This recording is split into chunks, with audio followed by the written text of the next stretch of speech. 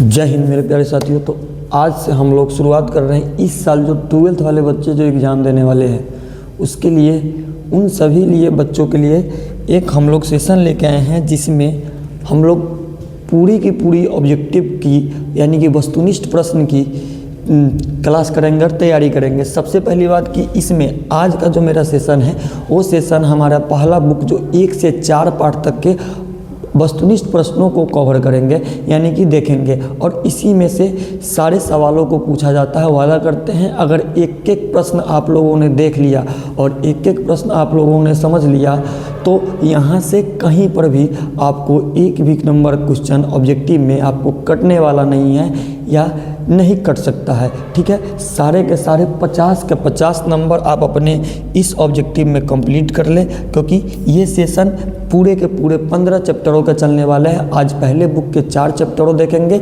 आज 4 चैप्टर के सेशन में हम लोग देखेंगे कि ध्यान दीजिएगा, हम लोग आज देखेंगे पहला चैप्टर हड़प्पा सभ्यता का पूरा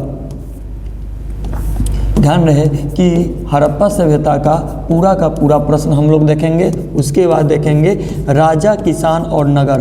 किसका? राजा, किसान और नगर का प्रश्न को, वस्तुनिष्ठ प्रश्न को हम लोग देखेंगे। उसके बाद तीसरा चैप्टर आता है बंधुत्व, जाति तथा वर्ग। क्या आता है भैया? बंधुत्व, जाति तथा वर्ग।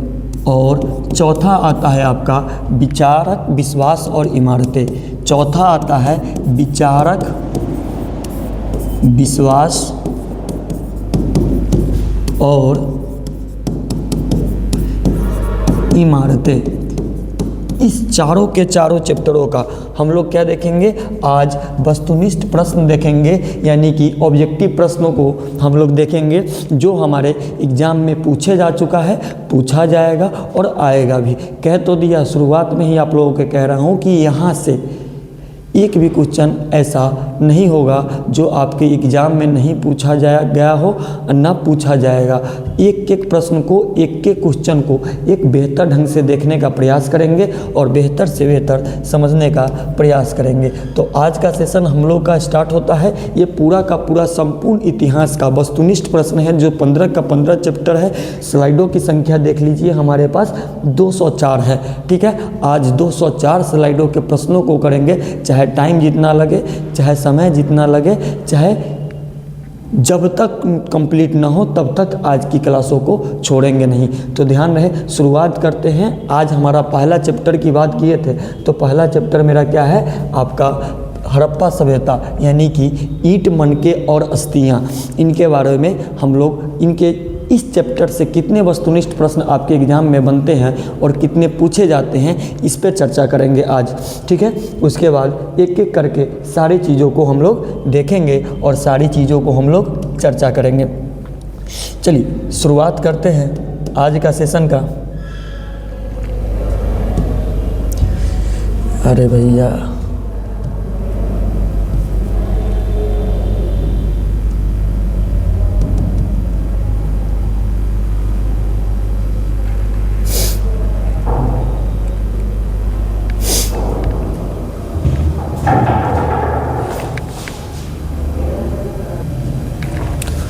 तो आज का इस महामैराथन में सबसे पहला सवाल आपके ये रहा कि हड़प्पा सभ्यता से स्टार्ट करते हैं, जो मेरा पहला पार्ट है।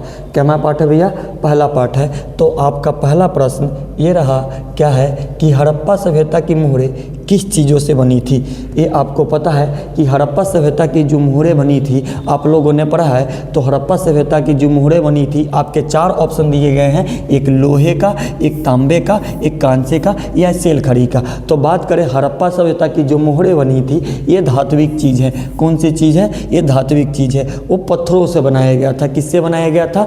तो पत्थरों से बनाया गया था। तो बात करें तो पत्थरों से बनाया गया था। तो हड़प्पा सभ्यता की जो मोहरें बनी थी भैया, वो मोहरें बनी थी आपके सेलखड़ी नामक पत्थरों से हड़प्पा सभ्यता की मोहरें बनाई गई थी। ध्यान रहे कि हड़प्पा सभ्यता की जो मोहरें बनी थी वो सेलखड़ी नामक पत्थरों से बनी थी। ये प्रश्न कई बार आपके एग्जाम में आ चुके हैं और पूछे जा चुके हैं। अगला प्रश्न की तरफ चलते हैं हम लोग। दूसरा का है कि बनावली किस राज्यों में स्थित है। अगर बात करें कि बनावली किस राज्यों में स्थित है तो ध्यान रहे कि बनावली जो हमारा स्थित है वो हमारा स्थित है आपका हरियाणा में। कहाँ पर स्थित है हमारा बनावली जो किस राज्य में स्थित है, तो अगर बात करें तो किस राज्य में स्थित है भैया, वो है आपका हरियाणा में। ठीक है, ध्यान है। अगले प्रश्न की तरफ चलते हैं। अगला प्रश्न है मेरा कि लोथल किस नदी के किनारे स्थित है। तो याद रहे कि लोथल जो स्थित है वो भोगवा नदी के किनारे स्थित है। अगर लोथल की बात करेंगे तो किस नदी के किनारे स्थित है,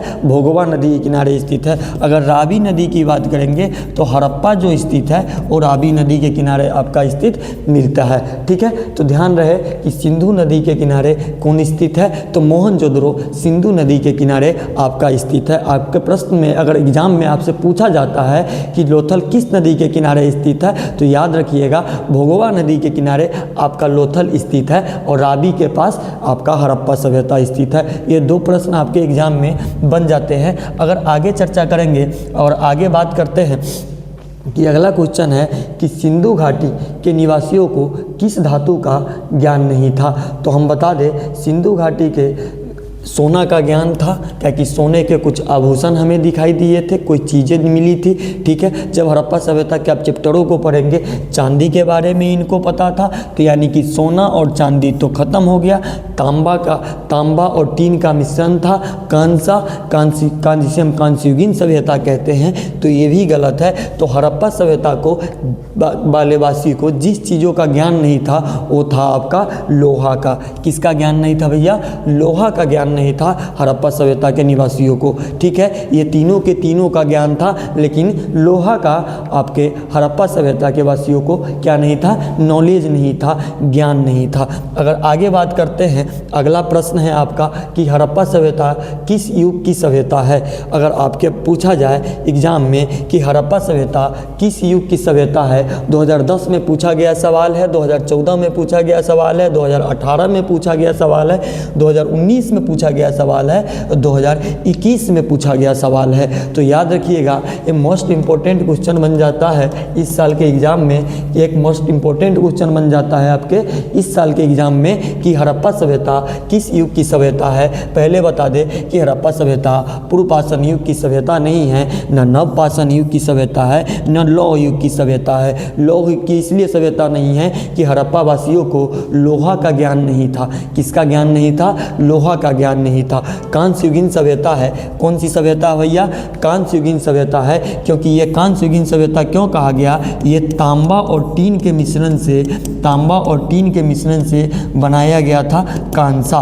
क्या बनाया गया था, कांसा, जिसे हम लोग हड़प्पा सभ्यता में कांस्ययुगीन सभ्यता कहते हैं। क्या कहते हैं भैया, कांस्ययुगीन सभ्यता इसको हम बोलते हैं। ठीक है, यहाँ तक किसी को डाउट नहीं, क्योंकि वो वैसा ही प्रश्न है जो आपके एग्ज़ाम में पूछा जाएगा और यहाँ से कम 50 नंबर, अगर ऑब्जेक्टिव को नहीं छोड़ना है तो यहाँ से 50 नंबर फिक्स कर लीजिए। हमारा ज्योग्राफी भी आने वाला है, तो पहले आज हिस्ट्री से शुरुआत करते हैं, इतिहासों के बारे में चर्चा करते हैं, आगे चल के सारी चीज़ों को देखते चलेंगे। अगर अगला प्रश्न की बात करते हैं, आपका अगला प्रश्न आता है हड़प्पा संस्कृति आधारित थी, किससे आधारित थी।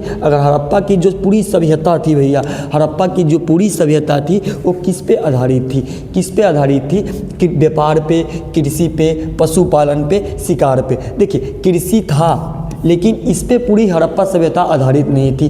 पशुपालन था लेकिन इस पे पूरी हड़प्पा सभ्यता आधारित नहीं थी। अब आपकी सभ्यता को विकसित भी तो करना है, आप अपने घर को बना के छोड़ देते हैं, उसको आप विकास नहीं कीजिएगा तो फिर वो घर देखने में अच्छा नहीं लगेगा। सबसे पहली चीज़ शिकार पर, यानी कि शिकार तो करते थे, अपना जीवन यापन करने के लिए जानवरों को मारते थे, खाते थे, जिस तरह से आज हम लोग करते हैं। लेकिन जो हड़प्पा संस्कृति पूरी की पूरी पूरी आधारित थी वो व्यापार से थी, क्योंकि व्यापारी केंद्र और शहरी केंद्र आपको पता होना चाहिए कौन था, मोहनजोदड़ो।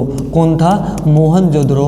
ये आपका शहरी केंद्र और व्यापारी केंद्रों में आ जाता है। ठीक है, ध्यान रहे इस चीज़ों को कि हड़प्पा संस्कृति जो आधारित थी वो व्यापारों पे आधारित थी।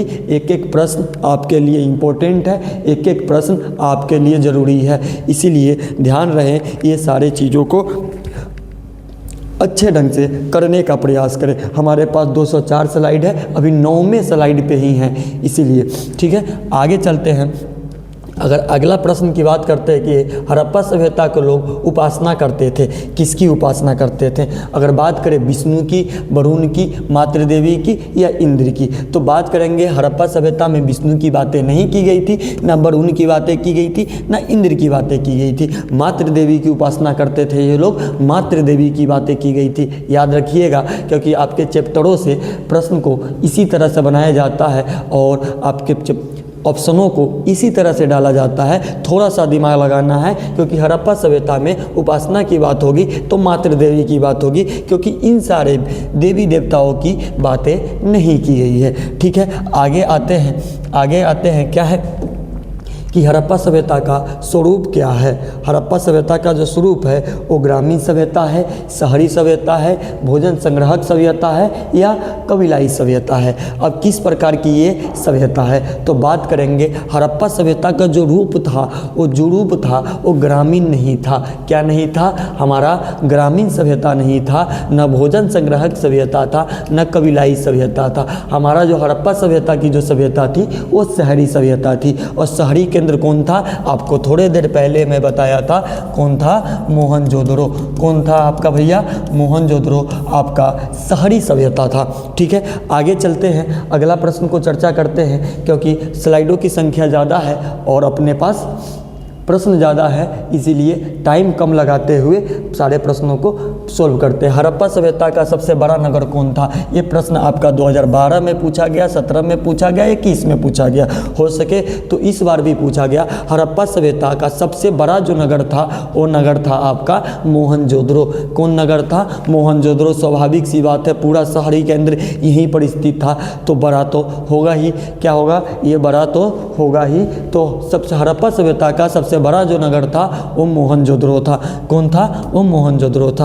आगे के प्रश्नों की बात करते हैं कि हड़प्पा सभ्यता का सर्वप्रथम खोज किसने की थी। अगर बात करें तो हमारा E21 में पूछा गया सवाल है, अलेक्जेंडर, दयाराम साहनी, कर्नल वंश और मैक्स मुलर। अगर बात करें तो इस दोनों ऑप्शनों को हम कर देंगे साइड, क्योंकि इस दोनों ऑप्शनों की चर्चा नहीं की गई है। ये दोनों व्यक्तियों की इस चैप्टर में चर्चा की गई थी इनकी, लेकिन अलेक्जेंडर कनिंघम को वो मोहरें तो मिली थी, लेकिन ये हड़प्पा सभ्यता की खोज नहीं पाए थे। क्या नहीं कर पाए थे? ये खोज नहीं पाए थे। इनको ब्रटन बंधु नाम के एक व्यक्ति ने मोहर दी थी, लेकिन इनको वो समझ नहीं पाए थे। ये वेदों में उनको खोजने का प्रयास किए थे, लेकिन इनको वहाँ खोजना चाहिए था अलेक्जेंडर कनिंघम को, जहाँ पर ये मोहरें मिली थी, तो शायद सभ्यता को मिल जाती। तो अलेक्जेंडर कनिंघम हमारा क्या हो जाता है? गलत हो जाता है। जो खोजा गया, जो खोज सर्वप्रथम जो खोज किए थे वो किए थे दयाराम साहनी ने। और ये कब किए थे? आपको पता होना चाहिए, 1921 में दयाराम साहनी ने हड़प्पा सभ्यता की खोज की थी। अगला प्रश्न की तरफ चलते हैं। अगला प्रश्न मेरा कह रहा है कि हड़प्पा किस नदी के किनारे स्थित है। थोड़ी देर पहले हम बताए थे कि हड़प्पा किस नदी के किनारे स्थित है, तो रावी नदी के किनारे स्थित है। किस नदी के किनारे स्थित है भैया? रावी नदी के किनारे आपका हड़प्पा सभ्यता स्थित है। अगर आगे बात करेंगे कि हड़प्पा सभ्यता का सबसे महत्वपूर्ण विशेषता क्या था, हड़प्पा सभ्यता का सबसे महत्वपूर्ण विशेषता क्या था। अगर बात करेंगे नगर योजना या वास्तुकला, और उसके बाद व्यापार, उसके बाद कला और पशुपालन। अगर बात करें तो यहाँ बच्चा कंफ्यूज होता है कि बच्चा व्यापार पर लगा, ज़्यादातर ऑप्शन को देखने का प्रयास करता है कि व्यापार से हड़प्पा सभ्यता विकसित हुई थी, लेकिन इसका जो सबसे बेहतर क्या कह रहा है विशेषता, इसका जो हड़प्पा सभ्यता, अगर वो हड़प्पा हड़प्पा सभ्यता में व्यापार भी हुआ था ना, तो वस्तु कला के द्वारा ही व्यापार किया गया था, कुटीर उद्योग द्वारा ही व्यापार किया गया था, अपने हाथों से बर्तनों बनाकर व्यापार किया गया था, अपने हाथों से मोतियों को गढ़कर व्यापार किया गया था।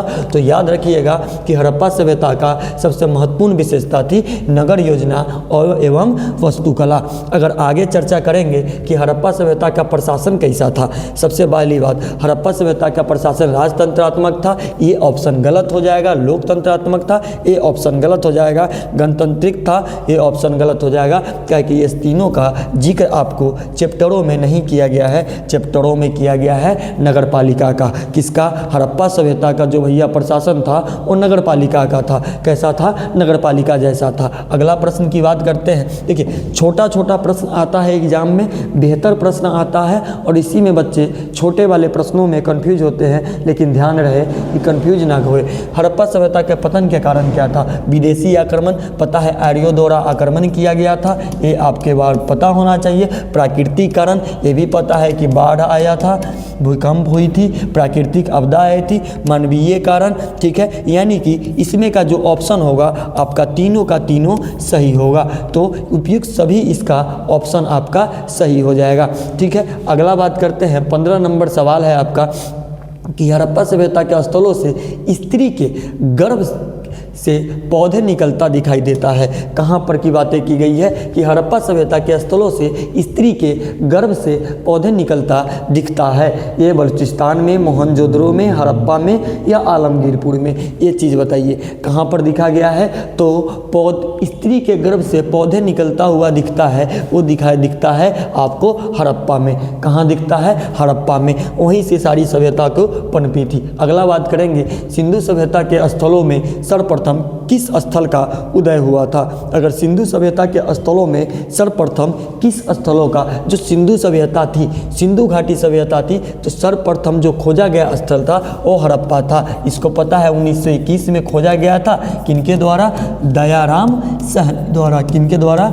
दयाराम सहनी द्वारा इनको ये हड़प्पा स्थल खोजा गया था। अगर आगे चर्चा करते हैं, अगला प्रश्न को देखते हैं। अगला प्रश्न मेरा है, क्या है? अगला प्रश्न है मेरा, सिंधु सभ्यता में गोदीबारा का प्रमाण कहाँ से मिला है? अगर सिंधु सभ्यता में गोदीबारा का प्रमाण कालीमंगा लोथल से मिला है, कालीमंगा मिला है, या राखी गढ़ी से मिला है, या वनमाली से मिला है, तो याद रखिएगा सिंधु सभ्यता में गोदीबारा का जो प्रमाण हमें मिला था वो मिला था हमें लोथल से। कहाँ से मिला था भैया? लोथल से गोदीबारा का प्रमाण मिला था। ये क्वेश्चन मोस्ट इंपॉर्टेंट है, आप इस प्रश्न को दिमाग में लोड कर लेंगे, डाउनलोड कर लेंगे, एकदम से बैठा के रख लेंगे। एक प्रश्न आ सकता है आपके एग्जाम में इस बार। अगला प्रश्न की बात करते हैं, किस सिंधु स्थल से सूती कपड़े का साक्ष्य हमें मिलता है? किस सिंधु स्थल से हमें सूती कपड़ों का साक्ष्य हमें प्राप्त होता है? कालीमंगा से, रंगपुर से, सुतकोतरा होगा यहाँ पे, उसके बाद मोहनजोदड़ो। तो याद रखिएगा हमारा व्यापारिक केंद्र जो था सभ्यता का, वो शहरी केंद्र जो था जहाँ पर व्यापार लगते थे, लोग अपने चीज़ें बनाकर बेचने जाते थे, वो मोहनजोदड़ो वाला हिस्सा था। कहाँ वाला हिस्सा था भैया? मोहनजोदड़ो। तो सूती कपड़े का जो साक्ष्य हमें मिला है, कहाँ मिला है? मोहनजोदड़ो से। अगला बात करते हैं, मोहनजोदड़ो का उत्खनन किया था, ये प्रश्न 1821 में, 2021 में पूछा गया प्रश्न है। तो मोहनजोदड़ो को जो उत्खनन किया गया था वो आर.डी. बनर्जी द्वारा किया गया था। कब किए थे? ये 1922 में इन्होंने इनका उत्खनन किया था। अगला प्रश्न की बात करते हैं कि मोहनजोदड़ो किस नदी के किनारे बसा हुआ है? तो याद रहे मोहनजोदड़ो किस नदी के किनारे बसा हुआ है? तो याद रहे कि सिंधु नदी के किनारे बसा हुआ है। रावी नदी के किनारे हमारा क्या बसा हुआ है? हड़प्पा सभ्यता बसा हुआ है। कौन सा बसा हुआ है? हड़प्पा रावी नदी के किनारे। अब मोहनजोदड़ो सिंधु नदी के किनारे बसा हुआ है। इसको भी लिख के आप कहीं पर अपने दिमागों में डाउनलोड करके रख लेंगे इस वाले प्रश्न को। अगला प्रश्न की बात करते हैं कि मोहनजोदड़ो किस भाषा का शब्द है? मोहनजोदड़ो आपको पता है कि सिंधु सभ्यता था। यह कैसी सभ्यता थी? सिंधु सभ्यता थी।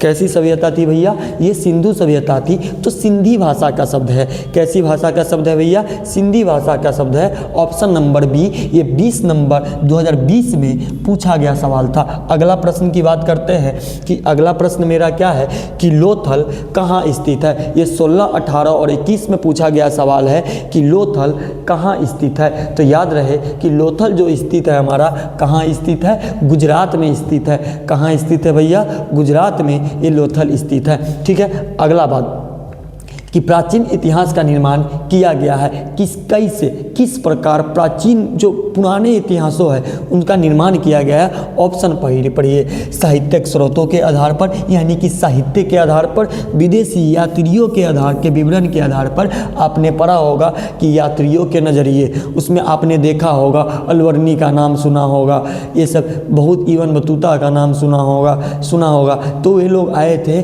और यात्रा करके विवरण करके दिखाया गया है और वहाँ से हमको इतिहासों का पता चलता है पुरातत्वविद अवशेषों के आधार पर, यानी कि पुरातत्वविद जो खुदाई करके जो अवशेषों को निकाल कर बताते हैं कि ये कितना पुराना है, ये कितना पहले की सभ्यता है, यानी कि आपका प्राचीन इतिहास का जो निर्माण होता है इन सभियों को द्वारा होता है। इन सभी हमारे रहना चाहिए, तभी आप प्राचीन इतिहासों के बारे में पता कर सकते हैं। ठीक है, आगे बात करते हैं कि 27 नंबर प्रश्न, कालीबंगा भारत के किस राज्य में स्थित है। अगर बात करें ये 15 में, 21 में और 20 में पूछा गया है, कालीबंगा भारत के किस राज्य में स्थित है, तो कालीबंगा जो स्थित है वो राजस्थान में स्थित है। भैया कहाँ स्थित है, राजस्थान में स्थित है। ध्यान रहे कि कालीबंगा जो स्थित है वो राजस्थान में आपका स्थित है। अगला प्रश्न की बात करते हैं। अगला प्रश्न है मेरा, गंदे पानी को निकासी की समुचित व्यवस्था सर्वप्रथम किस सभ्यता में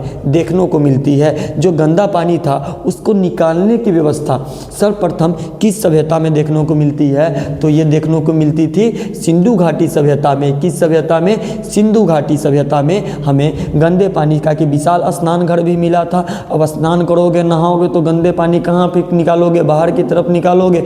और वो किससे, गलियों को नालियों से जोड़ा गया था, दीवारों को नालियों से जोड़ा गया था कि पानी निकल के बाहर चले जाए। तो किस सभ्यता में था, सिंधु नदी के घाटी सभ्यता में। अगला प्रश्न की बात करते हैं कि कालीबंगा किस नदी के किनारे अवस्थित है। अगला प्रश्न है, कालीबंगा किस नदी के किनारे स्थित है, तो याद रखिएगा रावी नदी के किनारे आपको पता है हड़प्पा स्थित है, और सिंधु नदी के किनारे आपका मोहनजोदड़ो स्थित है।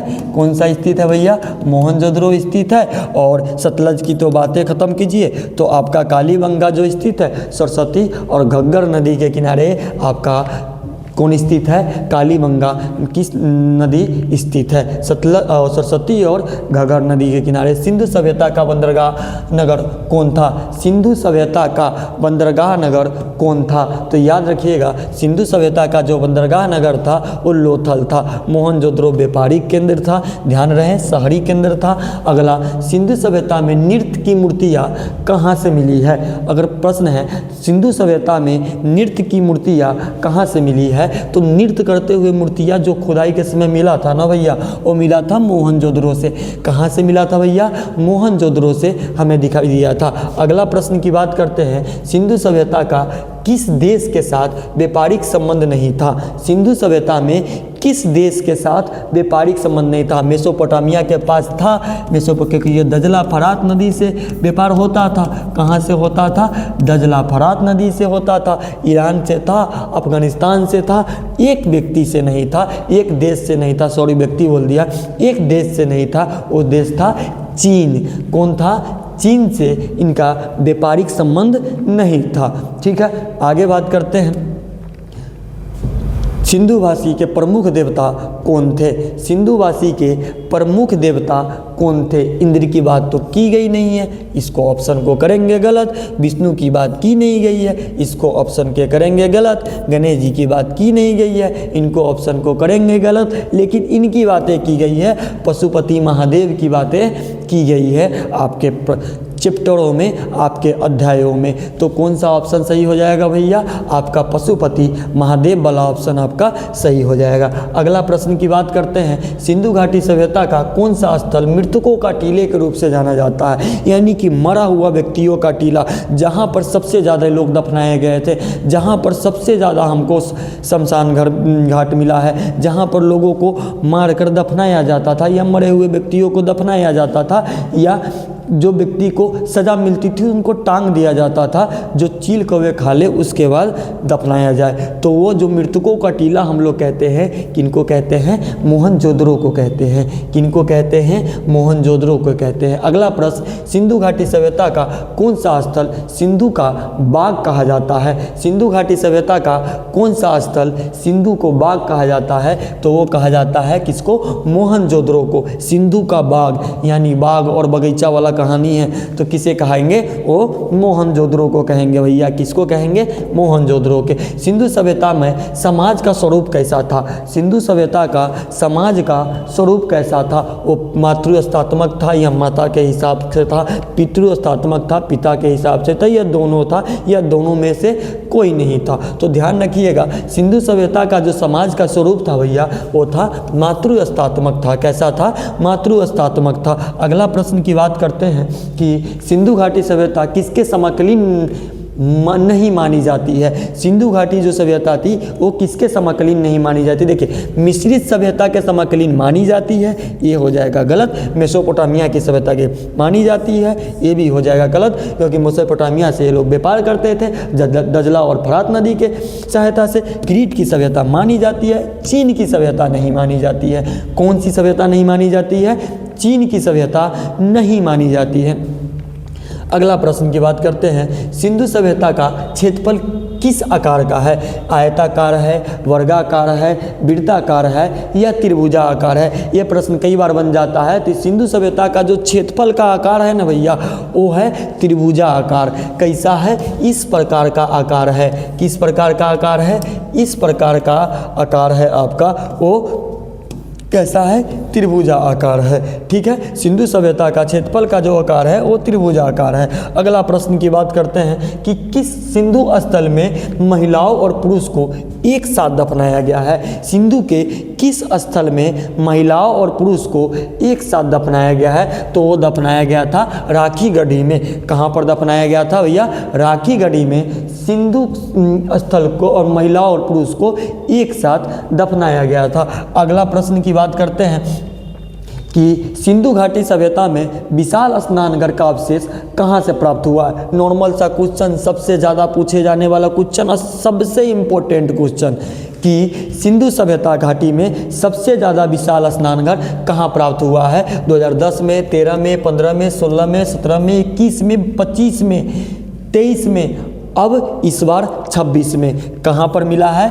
मोहनजोदड़ो में मिला है। कहाँ पर मिला है भैया? मोहनजोदड़ो में मिला है। सिंधु घाटी सभ्यता की जुड़वा राजधानी कहते हैं किसको? मोहनजोदड़ो या चुनहुदड़ो को, हड़प्पा या लोथल को, हड़प्पा या मोहनजोदड़ो को, या लोथल और कालीबंगा को। याद रहे, हड़प्पा या मोहनजोदड़ो यानी दो जिस एक जान वाली बातें हैं। हड़प्पा और मोहनजोदड़ो को जुड़वा राजधानी कहा जाता था। अगला प्रश्न की बात करते हैं, राखल दास बनर्जी को मोहनजोदड़ो का अवशेष किस वर्ष मिला था? तो थोड़ी देर पहले इसके बारे में बताए थे कि राखल दास बनर्जी को मोहनजोदड़ो का अवशेष वो मिला था 1922 में, क्योंकि जिस प्रकार दयाराम साहनी जी को हड़प्पा की मोहरें प्राप्त हुई थी, उसी तरह हड़प्पा से उसी तरह मोहनजोदड़ो में भी इनको राखल दास बनर्जी जी को 1922 में मोहरें मिली थी और 1921 में हड़प्पा की खोज की गई, 1922 में मोहनजोदड़ो की खोज की गई और उसके बाद 1928 में पूरी दुनिया को बताया गया कि हमने एक सभ्यता को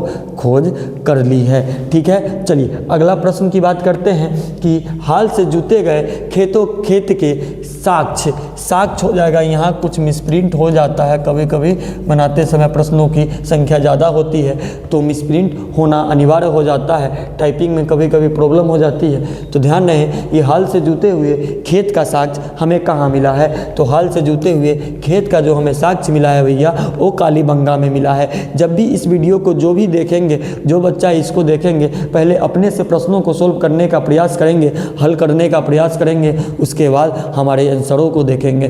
ठीक है, कि पता तो चले कितना आपका सही है और कितना आपका गलत है। पशुपति महादेव की मोहरे में निम्न में से कौन सा जानवर नहीं पाया गया है? तो पशुपति जी का जो मोहरे मिली थी उनमें हाथी पाया गया था, यानी कि ये ऑप्शन गलत हो जाएगा। बाघ का चित्रण मिला था, ये ऑप्शन गलत हो जाएगा। भैंस का चित्रण मिला था, ये ऑप्शन गलत हो जाएगा। शेर का चित्र चित्रण नहीं किया गया था। तो ये ऑप्शन आपका सही हो जाएगा। पशुपति मोहर में, पशुपति महादेव की मोहर में आपको शेर का चित्र हमें कहीं दिखाई नहीं दिया है। ये लोगों ने, किताबों ने आपकी बताया है, तो हम भी आपको वही बता रहे हैं। आगे बात करते हैं, किस स्थान से शतरंज की तरह खेल का प्रमाण प्राप्त हुआ है? किस स्थान से शतरंज के खेल का प्रमाण प्राप्त हुआ है? तो बताइए कहाँ पर हुआ है, किस स्थान से? तो ये जो खेल का, शतरंज का प्रमाण प्राप्त हुआ था वो मोहनजोदड़ो से मिला है। कहाँ से मिला है भैया? वो मोहनजोदड़ो से हमें इसका प्रमाण प्राप्त हुआ था कि शतरंज की खेल का प्रमाण हमें मोहनजोदड़ो से देखने को मिलता है। अगला बात करते हैं, राय बहादुर दयाराम साहनी ने कहाँ उत्खनन किया था? तो हड़प्पा में उत्खनन किया था। छोटा सा सवाल है, नन्ना मुन्ना सा सवाल है, लेकिन सवाल भी तो है, समझ में आए? अगली बातें करते हैं, 44 नंबर क्वेश्चन। हम लोग 44 नंबर क्वेश्चन की तरफ बढ़ चुके हैं कि मोहनजोदड़ो की खोज 1922 ईस्वी में किसने की थी? तो आपको पता है, थोड़ी देर पहले तो बात किए थे इसके बारे में, राखेल दास बनर्जी द्वारा। किनके द्वारा? राखेल दास बनर्जी द्वारा। पुरातत्व के अंतर्गत निम्न में से कौन नहीं आता है? तो याद रहे, पुरातत्व के अंतर्गत निम्न में से आपका जो नहीं आता है वो नहीं आता है साहित्य नहीं आता है। ये सारे के सारे आते हैं। ये प्रश्न 2025 में भी पूछा गया था, आपके पिछले साल पूछा गया था, याद रहे। अगला प्रश्न है आपका, क्या मोहनजोदड़ो का शाब्दिक मतलब क्या है? तो आपको पता है, थोड़ी देर पहले कहे हैं मृतकों का टीला। क्या कहे हैं? मृतकों का टीला। क्या हो जाएगा? शाब्दिक मतलब है मृतकों का टीला, याद रहें। अगला प्रश्न आपका है कि भारतीय पुरातत्व का पिता किसे कहा जाता है? हाँ, यहाँ पर बच्चे कंफ्यूज होते हैं, तो याद रहे कि भारतीय पुरातत्व का पिता आपको अलेक्जेंडर कनिंघम को कहा जाता है। किसे कहा जाता है भैया? अलेक्जेंडर कनिंघम को भारतीय पुरातत्व का पिता कहा जाता है। अगला बात करें कि हड़प्पा का उत्खनन किया था, किसने किया था, किन्होंने किया था? तो ये पता है आपको कि दयाराम साहनी ने हड़प्पा का उत्खनन किया था। अगला प्रश्न की बात करते हैं, भारतीय पुरातत्व सर्वेक्षण विभाग के पहले डायरेक्टर जनरल कौन थे? भारतीय पुरातत्व के पहले डायरेक्टर जनरल कौन थे? भारतीय पुरातत्व के पहले डायरेक्टर जनरल कौन थे? तो याद रहे कौन थे? ए कनिंघम। इसका नाम यहाँ पर कभी कभी कन्फ्यूजन हो जाती है। कौन थे? ए कनिंघम आपके भारतीय पुरातत्व डायरेक्टर जनरल के सर्वेक्षण थे। आगे बात करते हैं, प्रश्न नंबर 50 पे आ गए हम लोग। हड़प्पा सभ्यता में अग्निकुंड कहाँ पाई गई है? हड़प्पा सभ्यता में अग्निकुंड जो पाई गई है भैया, वो कालीबंगा में पाई गई है। कहाँ पाई गई है? कालीबंगा में हड़प्पा सभ्यता का अग्निकुंड हमको देखने को मिला है। कहाँ मिला है? कालीबंगा में मिला है। ठीक है, चलिए अगला बात करते हैं, अगला स्लाइड की तरफ चलते हैं कि आ जाते हैं हम दूसरे नंबर चैप्टर पे। 50 क्वेश्चन हमने आपको हड़प्पा सभ्यता से बताया। याद रहे कि इस 50 के 50 प्रश्न को देखते हैं तो हड़प्पा सभ्यता से अगर जितने भी वस्तुनिष्ठ पूछा जाएगा, इसमें से एक भी वस्तुनिष्ठ आपको छूटने नहीं जा रहा है। इतना ध्यान में रहे, इतना विश्वास बना के रखें, एक भी प्रश्न आपको हड़प्पा सभ्यता से छूटने नहीं जा रहा है। छूटेगा तो फिर कहिएगा, मैं जिस दिन आपका एग्ज़ाम होगा उस दिन मैं आपको एनालिसिस करके बता दूंगा कि मैं ये पढ़ाया था और आपके पास आपके एग्ज़ामों में आया या नहीं आया। ठीक है, कहने की बात नहीं है, कहने के लिए बहुत सारे लोग कुछ कह देते हैं, लेकिन जब साबित किया जाता है तब पता चलता है। तो हम आपको साबित करके उस दिन भी दिखाएंगे इसी यूट्यूब चैनल पे, यहीं पर भी, इसी संस्था से। ध्यान रहे कि हम लोग जो भी प्रश्नों को बनाते हैं बड़ा सोच समझकर बनाते हैं। अपना प्रश्न होता है, अपने हाथों से लिखते हैं, उसके बाद खुद से टाइप करते हैं, कहीं दूसरे से टाइप नहीं करवाते। खुद की मेहनत होती है, खुद उस आग में तपना होता है, तब जाकर हम लोग अपने प्रश्न को बनाते हैं, चाहे कि बच्चों को पूर्ण रूप से सहायता मिल सके, बच्चे पूर्ण रूप से उसका फ़ायदा उठा सके। और इसमें कोई पैसा या कोई चीज़ नहीं लग रहा है, फ्री ऑफ कॉस्ट हम लोग देने का प्रयास करते हैं और देते आए हैं और देते रहेंगे ऑनलाइन की जगह पे। ठीक है, आगे चलते हैं। आपका दूसरा चैप्टर आ जाता है राजा, किसान और नगर। राजा, किसान, नगर की बात करेंगे तो क्षेमेंद्र की रचना कौन सी है? क्षेमेंद्र की रचना कौन सी है? मुद्रा राक्षस तो रचना है नहीं, आपको पता होगा। अर्थशास्त्र है नहीं और कथा सरिता सागर है नहीं, तो क्षेमेंद्र की जो रचना होगा वो बृहत कथा मंजरी होगा। कौन होगा? बृहत कथा मंजरी होगा क्षेमेंद्र की रचना। अगला प्रश्न की बात करते हैं कि इंडिका किसकी रचना है, तो आपको पता होगा, जैसे इंडिका का नाम देखा तो आपको तो पता होगा कि ये जो रचना है ये मेगास्थनी जी का है। चाणक्य जी, कौटिल्य, विष्णुगुप्त, कौटिल्य, चाणक्य जी, ये किनके, इनका रचना क्या था? अर्थशास्त्र की रचनाकार है। किनके रचनाकार है? अर्थशास्त्र की रचनाकार है। आ रहे हैं धीरे धीरे सारे प्रश्नों को आपको देखा जाएगा। किस गुप्त शासक को लिच्छवी दोहित्र कहा जाता है? कौन से गुप्त शासक थे जिसे लिच्छवी दोहित्र कहा गया है? तो किसे कहा गया है? लिच्छवी दोहित्र किसे कहा गया है? तो समुद्रगुप्त को कहा गया है। किसे कहा गया है? समुद्रगुप्त को कहा गया है। याद रहे कि किस गुप्त शासक को लिच्छवी दोहित्र कहा गया है, तो समुद्रगुप्त को लिच्छवी दोहित्र कहा गया है। अगला प्रश्न की बात करते हैं, गुप्त काल में हस्त सेना का प्रधान को क्या कहते थे? गुप्त काल में हस्त सेना का प्रधान हम किसे कहते थे? तो याद रहे इन्हें हम कहते थे महापिलुपति। क्या कहते थे? हस्त सेना के प्रधान को महापिलुपति कहते थे। क्या कहते थे? महापिलुपति कहते थे हस्त सेना के प्रधान को। अगला प्रश्न की बात करते हैं, निम्न में से महिला संत थी। ये क्वेश्चन 19-21 में पूछा गया प्रश्न है। ये मस्ट भी प्रश्न है, आप अपने दिमागों में इसको डाउनलोड करके एकदम से अपडेट करके रख लेंगे कि निम्न में से महिला संत थी। निम्न में से महिला संत कौन थी? ये प्रश्न सबको पता है कि निम्न में से मीरा भी महिला संत थी। ये कृष्ण से ये प्रेम करते थे और उन्हीं से प्रेम करते रह गए। उसके बाद अंडाल और कराइकल आपने थ्योरी पढ़ा होगा तो आपको पता होगा ये तीनों के तीनों क्या थे आपके भैया? महिला संत थे। अगर आगे चर्चा करते हैं 6 नंबर सवाल, धम्म की शुरुआत किसने की थी? तो धम्म से याद आता है कि आपको पता है क्या? अशोक जी। कौन? अशोक, महान सम्राट अशोक, इनको ये धम्म की शुरुआत किए थे कलिंग के युद्ध के बाद। आपको पता होना चाहिए कि कलिंग के युद्ध के बाद इन्होंने धम्म की शुरुआत की थी। ये वही व्यक्ति है जिनसे हर कोई डरता था। अगर नहा धो के एकदम से तैयार हो के यमराज के पास जाना, मतलब अशोक, महान अशोक सम्राट के पास जाना, ये इतने बड़े ताकतवर, शक्तिशाली और सब स्वभाव से लेके हर चीज़ से लेके बेहतर राजा थे, तभी इन्हें महान अशोक सम्राट कहा गया है।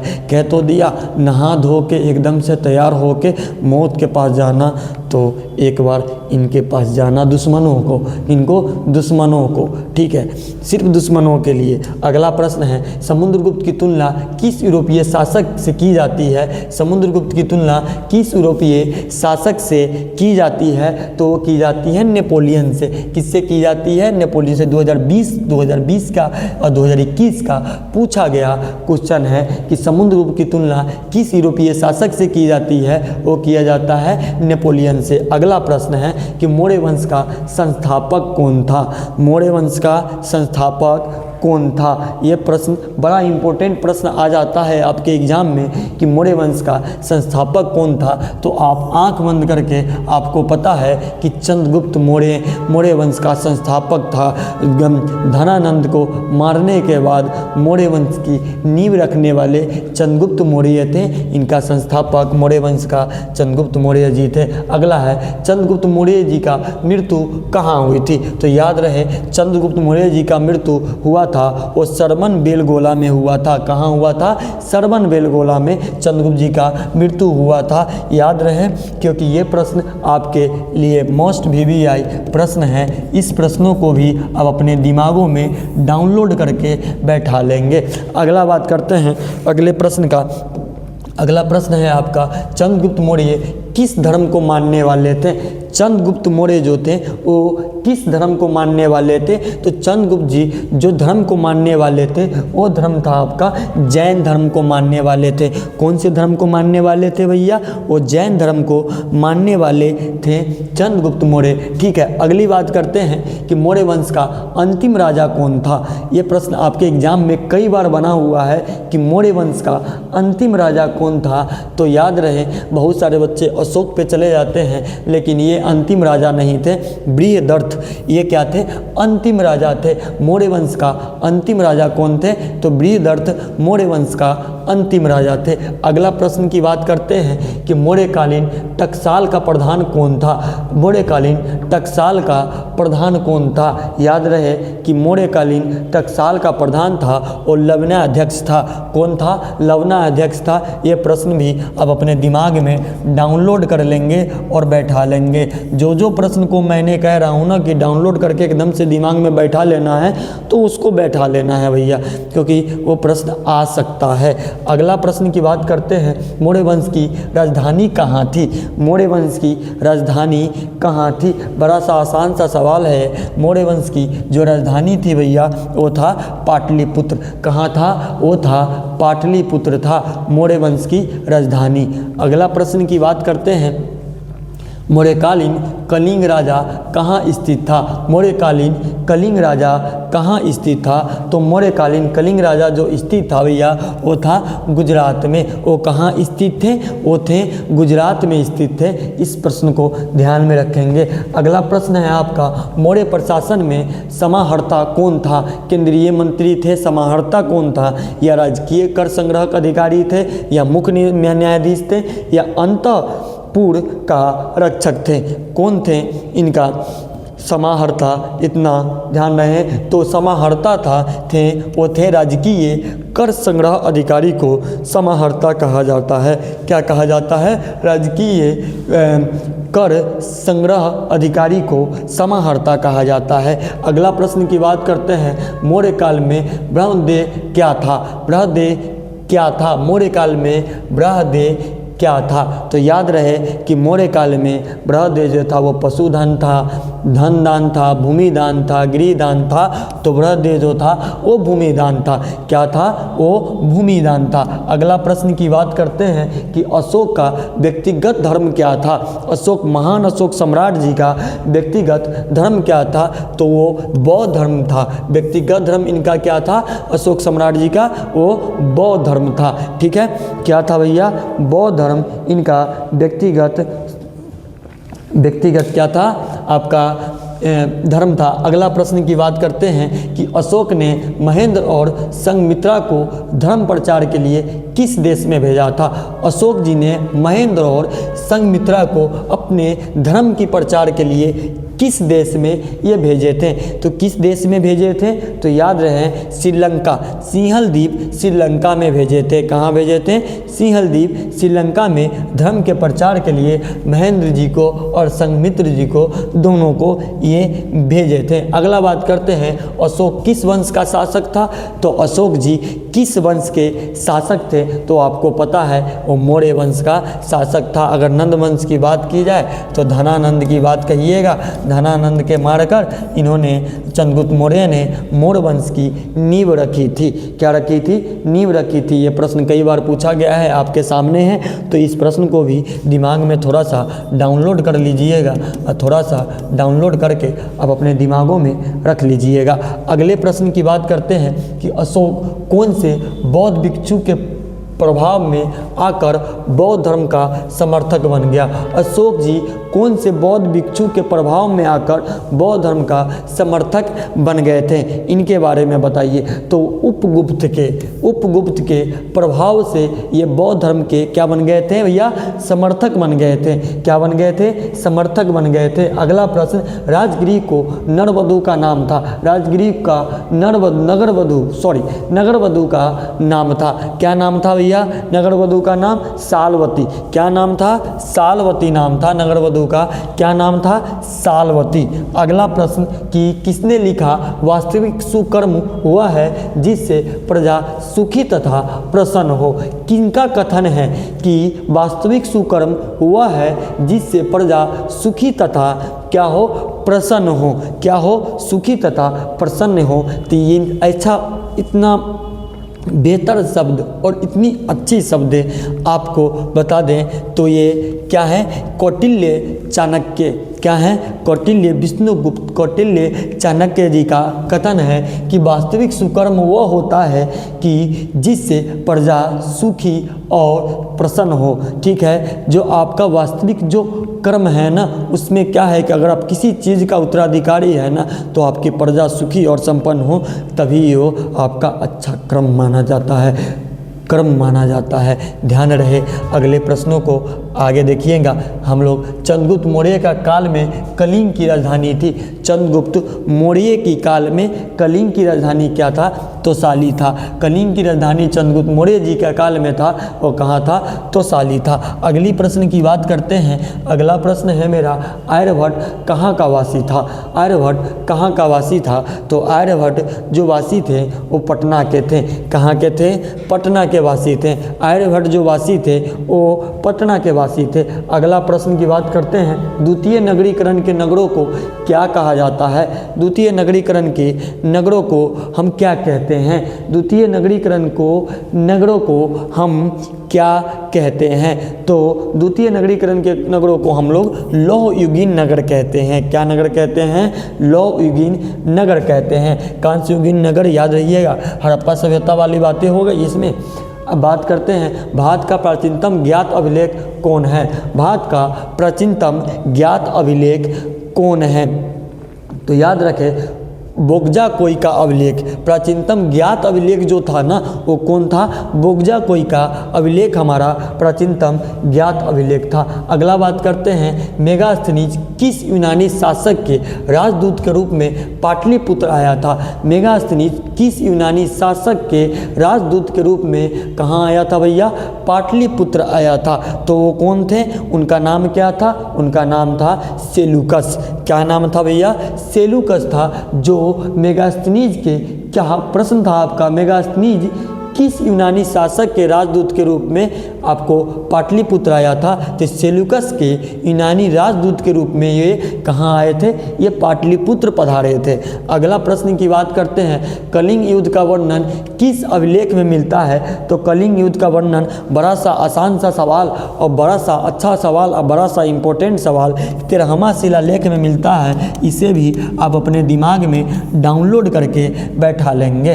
ठीक है, किसमें मिलता है? 13वां शिलालेख में आपको कलिंग का युद्ध के वर्णन आपको देखने को मिलता है अशोक जी का 13वां शिलालेख में। अगला प्रश्न की बात करते हैं, चीनी यात्री फयान किस शासक के काल में भारत आया था? जो चीनी यात्री फयान था वो किसके शासन के काल में भारत आया था? याद रखिएगा, विक्रमादित्य चंद्रगुप्त द्वितीय के शासन काल में आया था। कभी कभी बच्चा यहाँ पर कंफ्यूज हो जाता है कि चंद्रगुप्त मौर्य जी के शासन काल में आए थे या चंद्रगुप्त, देखिए चंद्रगुप्त द्वितीय के शासनकाल में आए थे। ये अशोक जी के शासनकाल में नहीं आए थे, न कनिष्क जी के, ये न चंद्रगुप्त मौर्य जी के, ये आए थे चंद्रगुप्त द्वितीय जी के शासनकाल में। इन्हीं का नाम था विक्रमादित्य। क्या नाम था इनका? विक्रमादित्य इनका नाम था। अगला प्रश्न की बात करते हैं, प्रश्न नंबर 30 पर आ गए हम लोग कि मेगास्थनीज किस भारतीय शासक के दरबार में आया था? तो मेगास्थनीज किस भारतीय शासक के दरबार में आए थे? तो चंद्रगुप्त मौर्य के शासन के समय ये मेगास्थनीज उनके चंद्रगुप्त मौर्य के दरबार में पहुँचे थे। ये बहुत सारी चीज़ों पे चर्चा की गई थी, जब चैप्टर पढ़े होंगे तो उसमें आपको पता होगा। किस अभिलेख में सती प्रथा का उल्लेख मिलता है? ये कौन सा अभिलेख है जिसमें सती प्रथा का उल्लेख मिलता है? तो सती प्रथा का उल्लेख मिलता है वो एरन अभिलेख में मिलता है। कौन सा अभिलेख में मिलता है भैया? एरन अभिलेख में सती प्रथा का आपका उल्लेख मिलता है। अगला बात करेंगे कि बाणभट्ट की रचना कादम्बरी में किस शासन काल का वर्णन है। जो वानभट्ट की रचना थी क्या था, कादम्बरी, उसके किस शासन काल में आपका किस शासन के काल का वर्णन है। तो ध्यान रहे ये आपका हर्षवर्धन के शासन के काल का वर्णन है। याद रखिएगा कादम्बरी के लेखक कौन है। अगर प्रश्न आ जाता है आपके एग्जाम में कि कादम्बरी का लेखक कौन है, तो ध्यान रहे कौन है भैया, वानभट्ट।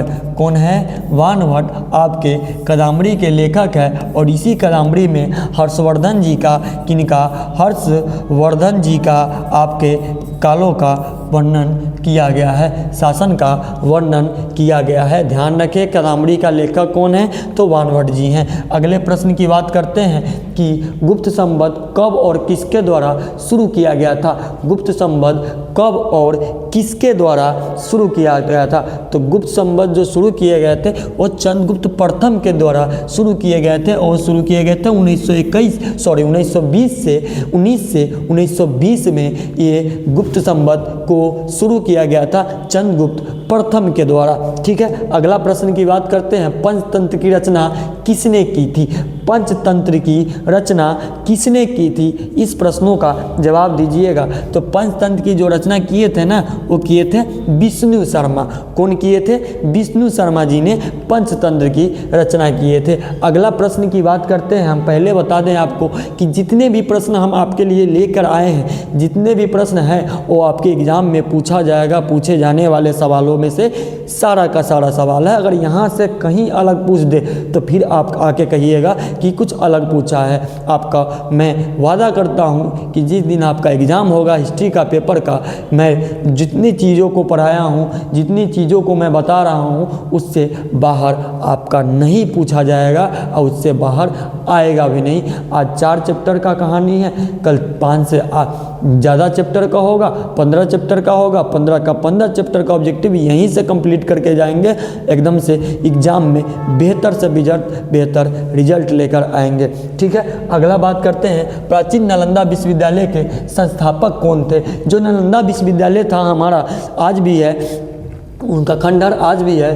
तो प्राचीन नालंदा विश्वविद्यालय के संस्थापक कौन थे। तो प्राचीन नालंदा विश्वविद्यालय के संस्थापक कुमारगुप्त थे। कौन थे, कुमारगुप्त थे। ध्यान रहे प्रश्नों को। अगला प्रश्न की बात करते हैं कि भारतीय इतिहास का कौन सा काल स्वर्ण काल के नाम से जाना जाता है। भारतीय इतिहास का कौन सा काल स्वर्ण काल के नाम से जाना जाता है। तो गुप्त काल है जो स्वर्ण काल के नाम से जाना जाता है। इस प्रश्न को आप एकदम से डाउनलोड करके दिमाग में बैठा कर रख लेंगे MBBI के रूप में। अगला प्रश्न की बात करते हैं कि अर्थशास्त्र में कितने प्रकार के विवाहों का उल्लेख किया गया है। अर्थशास्त्र में कितने प्रकार के विवाहों का उल्लेख किया गया है। तो आपको पता है 8 प्रकार के विवाहों का उल्लेख किया गया है। आपने पढ़ा होगा तो चैप्टरों को, तो आपको पता होगा। नहीं पता है तो हम बता देते हैं कि अर्थशास्त्र में 8 प्रकार के विवाहों का उल्लेख किया गया था। अगले प्रश्न की बात करते हैं कि अर्थशास्त्र की रचना कब हुई थी। अर्थशास्त्र की जो रचना हुई थी भैया, वो कब हुई थी। तो अर्थशास्त्र की जो रचना की गई थी वो की गई थी आपकी 4वीं शताब्दी ईसा पूर्व में की गई थी। कब की गई थी, 4वीं शताब्दी ईसा पूर्व में अर्थशास्त्र की रचना की गई थी। अगला प्रश्न की बात करते हैं कि नालंदा विश्वविद्यालय के छात्र थे। कौन थे नालंदा विश्वविद्यालय के छात्र। तो नालंदा विश्वविद्यालय के छात्र थे हेनसोंग थे। कौन थे, हेनसोंग नालंदा विश्वविद्यालय के छात्र थे। अगला प्रश्न की बात करते हैं कि किस गुप्त शासक को उसके सिक्का पर बीना बजाते हुए दिखाया गया है। कौन से गुप्त शासक थे जिनके सिक्कों पर बीना बजाते हुए दिखाया गया था। तो वो समुद्रगुप्त शासक थे। कौन शासक थे, समुद्रगुप्त शासक। समुद्रगुप्त को सिक्का पर, जो सिक्का होता है ना, उस पर बीना बजाते हुए दर्शाया गया था। अगला प्रश्न की बात करते हैं कि उत्तरी पश्चिमी भारत में प्राप्त अशोक के अभिलेखों में लिपि का प्रयोग किया गया था। उत्तरी पश्चिम भारत में प्राप्त अशोक के अभिलेखों में लिपि का प्रयोग किया गया था? कौन से लिपि का आपका प्रयोग किया गया था? वो खरोष्टी लिपि का प्रयोग किया गया था। कौन सी लिपि का प्रयोग किया गया था? खरोष्टी लिपि का प्रयोग किया गया था। परेशान ना होइए, अभी 94 पर पहुंचा है। 6 के बाद शतक लगाएंगे, आपके स्लाइडों का शतक लगाएंगे। 204 स्लाइड है, अभी तो हम लोग 50% पर भी ना पहुंचे हैं। अभी क्लास लंबा है और बेहतर है और एक एक ऑब्जेक्टिव है, एक भी ऑब्जेक्टिव, एक भी वस्तुनिष्ठ प्रश्न आपका छोड़ा नहीं गया है, सारे के सारे लेकर आया है। जितनी क्षमता थी, जितना था, सारा के सारा इसमें लगा दिया गया है। अगला प्रश्न की बात करते हैं, क्या था? खरोष्टी लिपि उत्तर पश्चिमी भारत में प्राप्त अशोक के अभिलेखों के लिपियों का प्रयोग किया गया था। अगला प्रश्न की बात करते हैं, अशोक के कुल कितने अभिलेख अभी तक प्राप्त हुए हैं? तो अशोक के लगभग अभी तक हमें 44 अभिलेख प्राप्त हुए हैं। कितने अभिलेख प्राप्त हुए हैं भैया? 44 अभिलेख प्राप्त हुए हैं। अगला प्रश्न की बात करते हैं कि अगला प्रश्न मेरा है क्या? 96 नंबर, अशोक द्वारा प्रचारित बौद्ध धर्म कहाँ प्रचलित नहीं हुआ था? अशोक द्वारा जो प्रचार कर रहे थे बौद्ध धर्म का, वो कहाँ नहीं प्रचलित हुआ था? तो वो नहीं हुआ था आपका ब्रिटेन में, इनका प्रचार नहीं हुआ था। एक ऐसी जगह थी जहाँ ब्रिटेन थी, जहाँ पर अशोक के बौद्ध धर्म का प्रचार नहीं हुआ था। लिख लीजिए, इसको भी डाउनलोड अपने दिमाग में कर लीजिए इस प्रश्न को, ठीक है। अगला प्रश्न है कि जीवक ने वैद्य की शिक्षा कहाँ से पाई थी? जीवक ने वैद्य की शिक्षा कहाँ से पाई थी? तो वो जीवक ने जो वैद्य की शिक्षाएं पाई थी ना भैया, वो तक्षशिला से पाए थे। कहाँ से पाए थे ये? तक्षशिला से इन्होंने वैद्य की शिक्षाएं पाई थी। अगला प्रश्न, जीवक कहाँ के रहने वाले थे? जीवक कहाँ के रहने वाले थे? तो जीवक राजगीर के रहने वाले थे, जिसे हम आज के डेट में राजगीर के नाम से जानते हैं। किस नाम से जानते हैं भैया? राजगीर के नाम से हम लोग जानते हैं। अगला प्रश्न की बात करेंगे, 99 पर पहुँचे, अभी शतक है, एक कदम दूर हैं। याद रखिएगा कि एक कदम दूर है। जीवक की ख्याति किस रूप में थी? यानी कि जीवक का ख्याति किस रूप में थी? तो जीवक का जो ख्याति था वो वैद्य रूप में था और इन्होंने वैद्य की शिक्षाएं तक्षशिला से लिए थे। तो ये किस रूप में थे भैया? वैद्य के रूप में थे। अगला प्रश्न की बात करते हैं, अंगराज आधुनिक बिहार के किस जिले में अवस्थित था? अंगराज आधुनिक बिहार के किस जिले में अवस्थित था? तो वो भागलपुर में अवस्थित थे। कहाँ अवस्थित थे भैया अंगराज? वो भागलपुर में अवस्थित थे। अगला प्रश्न की बात करते हैं कि बिंबिसार का संबंध किस वंश से था? बिंबिसार का संबंध किस वंश से था? तो आपने पढ़ा होगा बिंबिसार का संबंध आपको हर्यक वंश से था। कौन से वंश से था भैया? हर्यक वंश से था। 101 पर पहुंच गया। इस 100 का सेलिब्रेट ही नहीं किया, पढ़ाने के चक्कर में भूल गया कि 100 स्लाइड में से आगे हम लोग निकल चुके हैं। अगला प्रश्न क्या है? जरासंध का संबंध किस वंश से था? जरासंध का संबंध किस वंश से था? तो याद रहे जरासंध का संबंध जो था वो बृहत वंश से था। किस वंश से था? बृहत वंश से था। अगला प्रश्न की बात करते हैं कि तक्षशिला किस राज्य में स्थित है? तो तक्षशिला जो स्थित है किस राज्य में? बड़ा छोटा सा सवाल है, बड़ा आसान सा सवाल है। तक्षशिला आपके गांधार राज्य में स्थित है। इसी को भी आप अपने दिमाग में डाउनलोड कर लेंगे, एकदम से अपडेट वर्जन करके जाएंगे अपने एग्जामों में, एकदम माइंड से फ्रेश होकर, दिमाग से फ्रेश होकर, एकदम से क्लियर होकर आप अपने एग्जामों को देने जाएंगे और बेहतर देकर आएंगे और बेहतर रिजल्ट को पाएंगे। ठीक है, ये राइमिंग बन गया। चलो ठीक है, अगला प्रश्न की बात करते हैं कि सेल्यूकस ने अपनी पुत्री का विवाह किस राजा से किया था? सेल्यूकस ने अपनी पुत्री का विवाह किस राजा से किया था?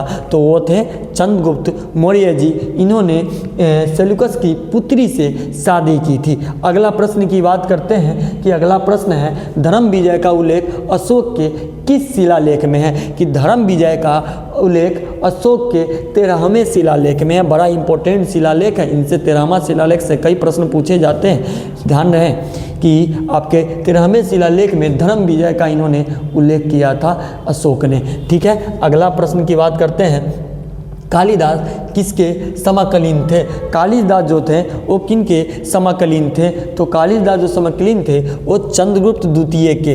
कौन से? चंद्रगुप्त द्वितीय का इनका ही नाम तो था विक्रमादित्य। क्या नाम था? विक्रमादित्य इनका ही नाम तो था ना भैया, या नहीं था?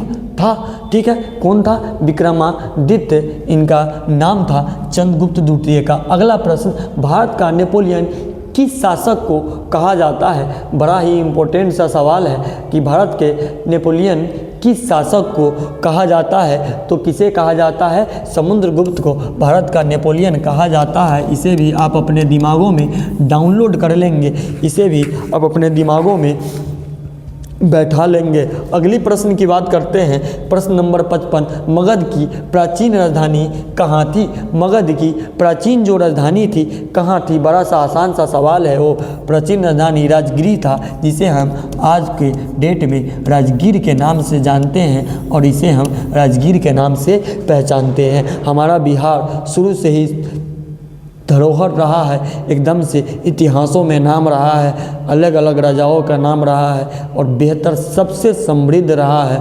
ठीक, पहले की इतिहास पढ़ेंगे तो पता चलेगा कि बिहार हमारा कहाँ था और किस हिसाब से था और किस तरह से कितना बेहतर था। नालंदा विश्वविद्यालय हमारा बिहार का हिस्सा है और सबसे पहला विश्वविद्यालय है। तो ध्यान रहे कि हम लोग जिस धरती पे हैं वो बड़ा ही पवित्र धरती है, बड़ा ही अच्छा धरती है, बड़ा ही सुंदर धरती है, प्राकृतिक बड़ी अच्छी है। तो अपने बिहार पे गर्व होना चाहिए। अगला बात है कि भारत का प्राचीनतम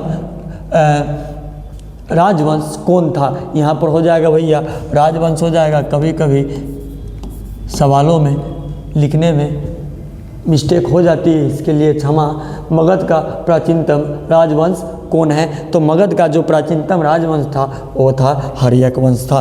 कौन वंश था? हर्यक वंश था। अगर इस चीज़ों को समझना है तो इसी यूट्यूब चैनल पे राजा किसान नगर का वीडियो अपलोड है, वहाँ जाकर आप चीज़ों को देख सकते हैं। कौन से राजवंश पहले आया था, कौन बाद में आया था, कौन कैसे, एकदम सिस्टमेटिक ढंग से चीज़ों को बताया गया है और समझाया गया है। और आपके राजा किसान नगर का हर दिन आपको वीडियो मिलता रहेगा। अभी वही चैप्टर आपके नए वाले बैच में चल रही है, नए वाले 12th में, तो वहाँ से जाके आप इसकी थ्योरी को कंप्लीट कर सकते हैं, अब वहाँ से समझ सकते हैं। अगला प्रश्न है कि पाटलिपुत्र का किस राजा ने, यहाँ पर किस राजा ने सर्वप्रथम अपनी राजधानी क्या बनाई थी? राजधानी बनाई थी। याद रहे कि पाटलिपुत्र को किस राजा ने सर्वप्रथम अपनी राजधानी बनाई थी? तो किसने राजधानी बनाई थी? तो उदयन ने राजधानी बनाई थी। किसने राजधानी बनाई थी भैया? उदयन ने राजधानी बनाई थी। अगला बात करते हैं, पाटलिपुत्र नगर की स्थापना उदयन ने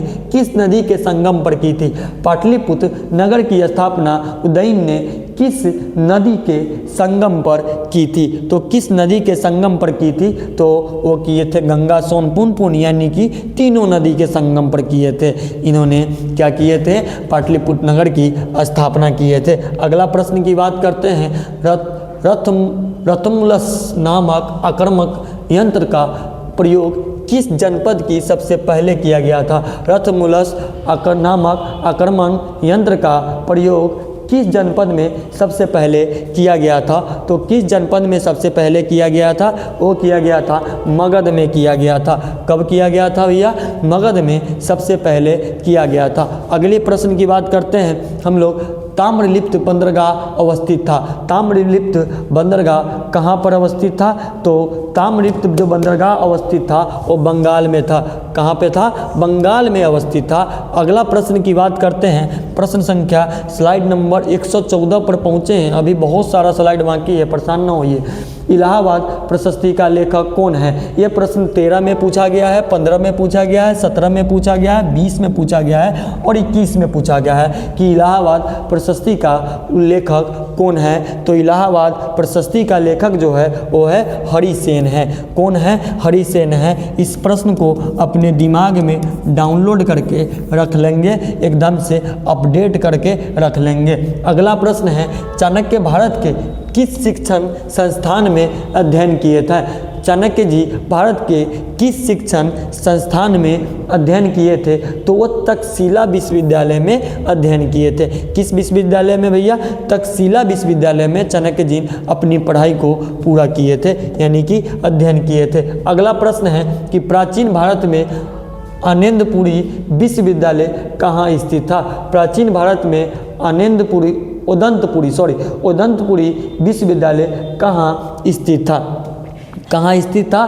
तो वो स्थित था मगध में। कहाँ पे स्थित था? वो मगध में स्थित था। अगला प्रश्न की बात करते हैं। अगला प्रश्न है शक संवत की शुरुआत कब से मानी जाती है? तो शक संवत की जो शुरुआत मानी जाती है वो मानी जाती है आपको 78 ईस्वी से। कब से मानी जाती है? 78 ईस्वी से शक संवत की शुरुआत मानी जाती है। छोटा सा प्रश्न लेकिन इम्पोर्टेंट प्रश्न है, इसे को भी आप अपने दिमाग में डाउनलोड करके बैठा कर रख लीजिएगा। इस प्रश्न को आपके एग्जाम में पूछने की संभावना ज़्यादा है। विश्व में पाई जाने वाली पहली धातु थी। विश्व में सबसे पहले जो धातु पाई गई थी वो धातु कौन था? वो था तांबा। कौन सा धातु था? तांबा जो था वो सबसे पहले पाई जाने वाली धातु थी। अगला प्रश्न की बात करते हैं। अगला प्रश्न है भारत की सबसे प्राचीनतम लिपि है। भारत की सबसे प्राचीनतम लिपि क्या है? तो भारत की सबसे प्राचीनतम लिपि जो है ना वो ब्राह्मणी लिपि है। कौन सी लिपि है? ब्राह्मणी लिपि भारत की सबसे प्राचीनतम लिपि है। अगला प्रश्न की बात करते हैं। प्रयाग प्रशस्ति का संबंध किस गुप्त शासक से है? तो प्रयाग प्रशस्ति का संबंध किस गुप्त शासक से है? तो वो समुद्रगुप्त से है। किस गुप्त से है? समुद्रगुप्त से है। इस प्रश्न को भी आप अपने दिमाग में डाउनलोड करके रखेंगे क्योंकि इस प्रश्न को पूछने की संभावना ज़्यादा है। अगला प्रश्न की बात करते हैं कि अपने स्वयं के खर्चे से सुदर्शन झील की मरम्मत किसने करवाई थी? अपने पैसे से सुदर्शन झील की मरम्मत किसने करवाई थी? तो वो करवाए थे रुद्रदमन ने। किसने करवाए थे? रुद्रदमन ने। इस प्रश्न को भी रख लेंगे अपने दिमाग में क्योंकि ये प्रश्न कई बार पूछा गया है और एकदम से माइंड में एकदम से अपडेट हो जाना चाहिए कि ये प्रश्न आपको आने की संभावना ज़्यादा है। 69 नंबर, अशोक किस वंश का शासक था? अशोक किस वंश का शासक था? छोटा सा सवाल, बड़ा सा अच्छा सा सवाल। आपको पता है अशोक किस वंश के शासक थे?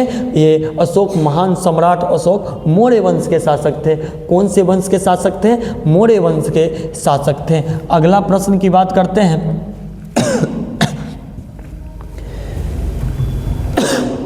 कि अर्थशास्त्र के लेखक कौन थे?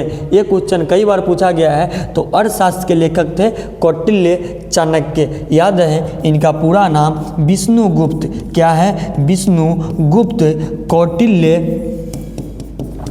क्या है? कौटिल्य चाणक्य हैं। क्या है? विष्णुगुप्त कौटिल्य चाणक्य हैं। कभी कभी कौटिल्य ना दे के विष्णुगुप्त दे दे तो घबराना नहीं है, इन्हीं का पूरा नाम है ये। ठीक है। अगला प्रश्न की बात करते हैं। 71 नंबर प्रश्न। 71 नंबर प्रश्न क्या कह रहा है? कलिंग की लड़ाई कब लड़ी गई थी? कलिंग की लड़ाई कब लड़ी गई थी? तो याद रहे 261 ईसा पूर्व में कलिंग की लड़ाई लड़ी गई है। इस प्रश्न को एकदम से दिमाग में डाउनलोड कर लीजिए और बैठा लीजिए, बड़ा सा इम्पोर्टेंट सा सवाल है। अगला सा प्रश्न, मुद्रा राक्षस किसकी रचना थी? तो मुद्रा राक्षस जो रचना थी वो विशाख दत्त की। किसकी रचना है? विशाख दत्त की। इस भी प्रश्न को अपने दिमाग में डाउनलोड कर लीजिए, पूछने की संभावना ज़्यादा बनती है। अगला प्रश्न क्या है कि वेदों की संख्या कितनी है? ये छोटा सा सवाल, एकदम आसान सा सवाल। आपको पता है 4 वेद है, ऋग्वेद, यजुर्वेद, अथर्ववेद और सामवेद। ये 4 वेद है। तो वेदों की संख्या कितनी है? 4 है। अगला, कनिष्क का राजरोहण कब हुआ था? कनिष्क का राजरोहण कब हुआ था? तो कनिष्क का जो राजरोहण हुआ था वो 78 ईसा पूर्व में हुआ था। कब हुआ था? 78 ईसा पूर्व में। अगला प्रश्न क्या है? माल विक्नमित्र किसकी रचना है? तो माल विक्नमित्र जो रचना है वो किसकी रचना है? आपको बता दें ये रचना है आपका कालिदास का। किसकी रचना है? कालिदास जी की रचना है। अगला प्रश्न क्या है? प्रयाग प्रशस्ति संबंध अभिलेख किस लिपि में है? प्रयाग प्रशस्ति संबंध किस लिपि से है? तो प्रयाग प्रशस्ति का संबंध जो है वो ब्राह्मणी लिपि से है। किस लिपि से है? ब्राह्मणी लिपि से है। अगला प्रश्न कि धम्म महामात्रों को किसने नियुक्त किया था? तो धम्म महामात्रों को जो नियुक्त किए थे वो अशोक ने किए थे। याद रहे कि धम्म वाले जितने भी क्वेश्चन आएंगे अशोक जी का नाम उसमें आएगा, तो अशोक वाले ऑप्शनों को देखना है। अगला प्रश्न है जीवक वैद्य किस वंश के काल में थे?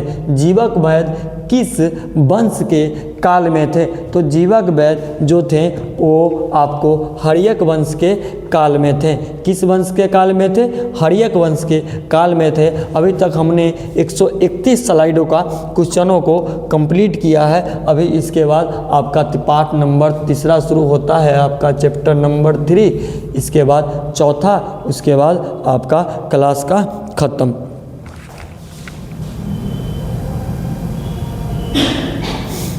ठीक है, तो अगला चैप्टर है आपका बंधुत्व जाति तथा वर्ग।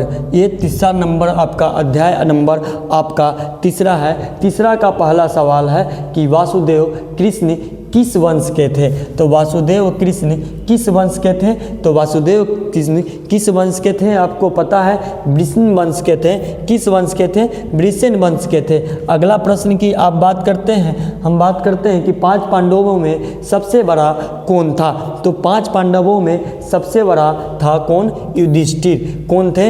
युधिष्ठिर 5 पांडवों में सबसे बड़े थे। अगला प्रश्न की बात करते हैं, 3 नंबर प्रश्न क्या है?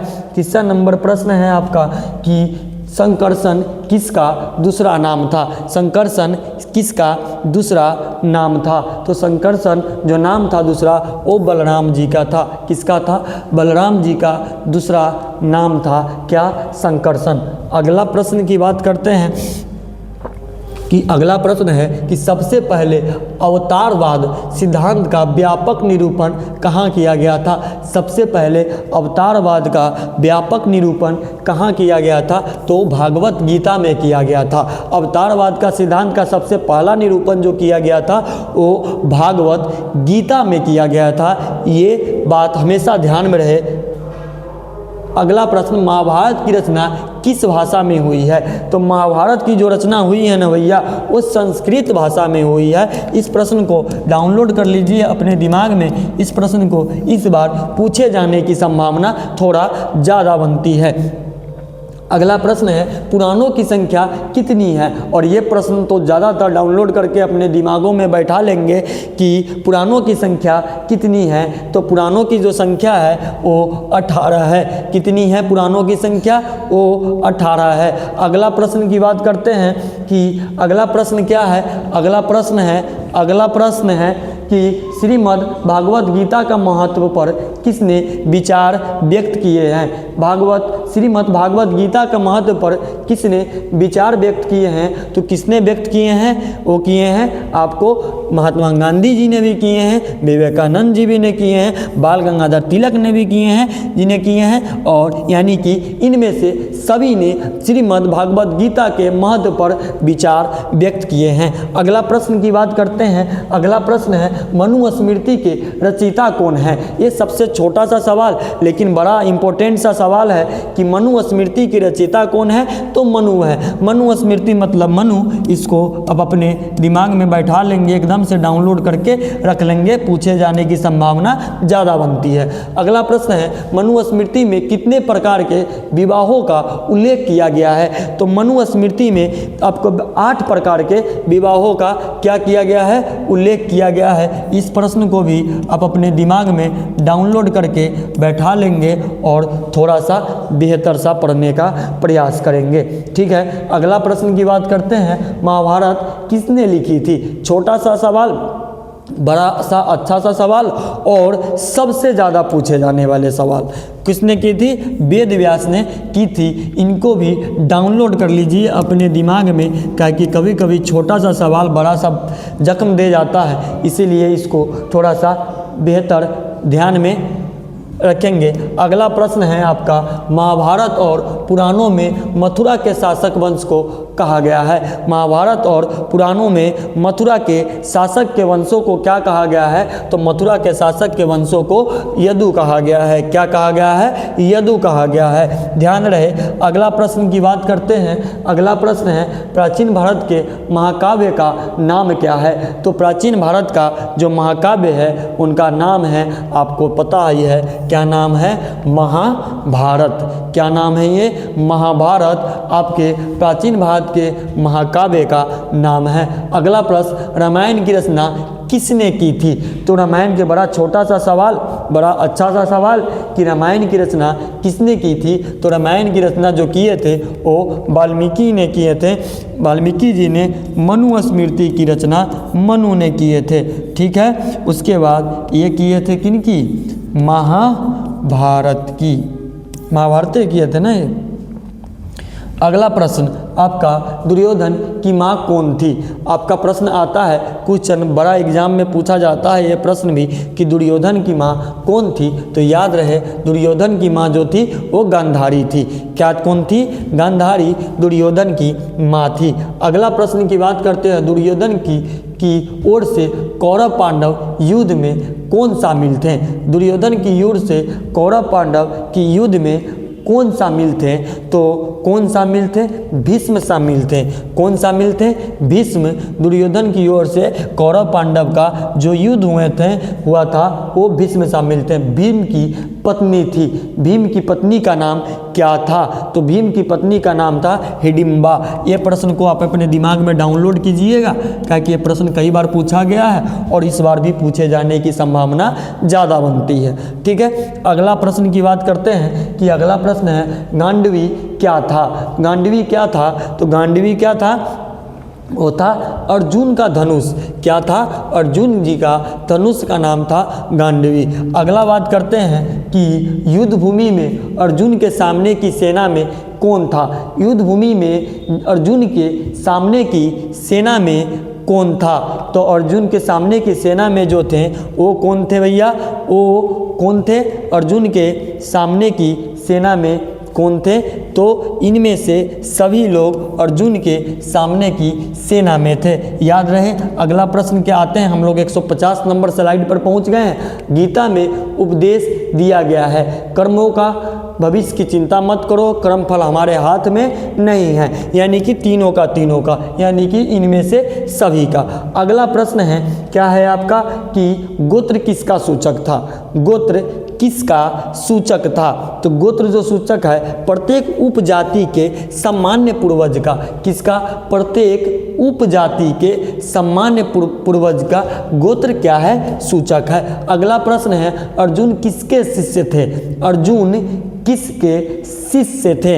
ये प्रश्न बड़ा अच्छा सा है कि अर्जुन किसके शिष्य थे? तो अर्जुन जो शिष्य थे वो द्रोणाचार्य के शिष्य थे। किनके शिष्य थे भैया? द्रोणाचार्य के अर्जुन शिष्य थे।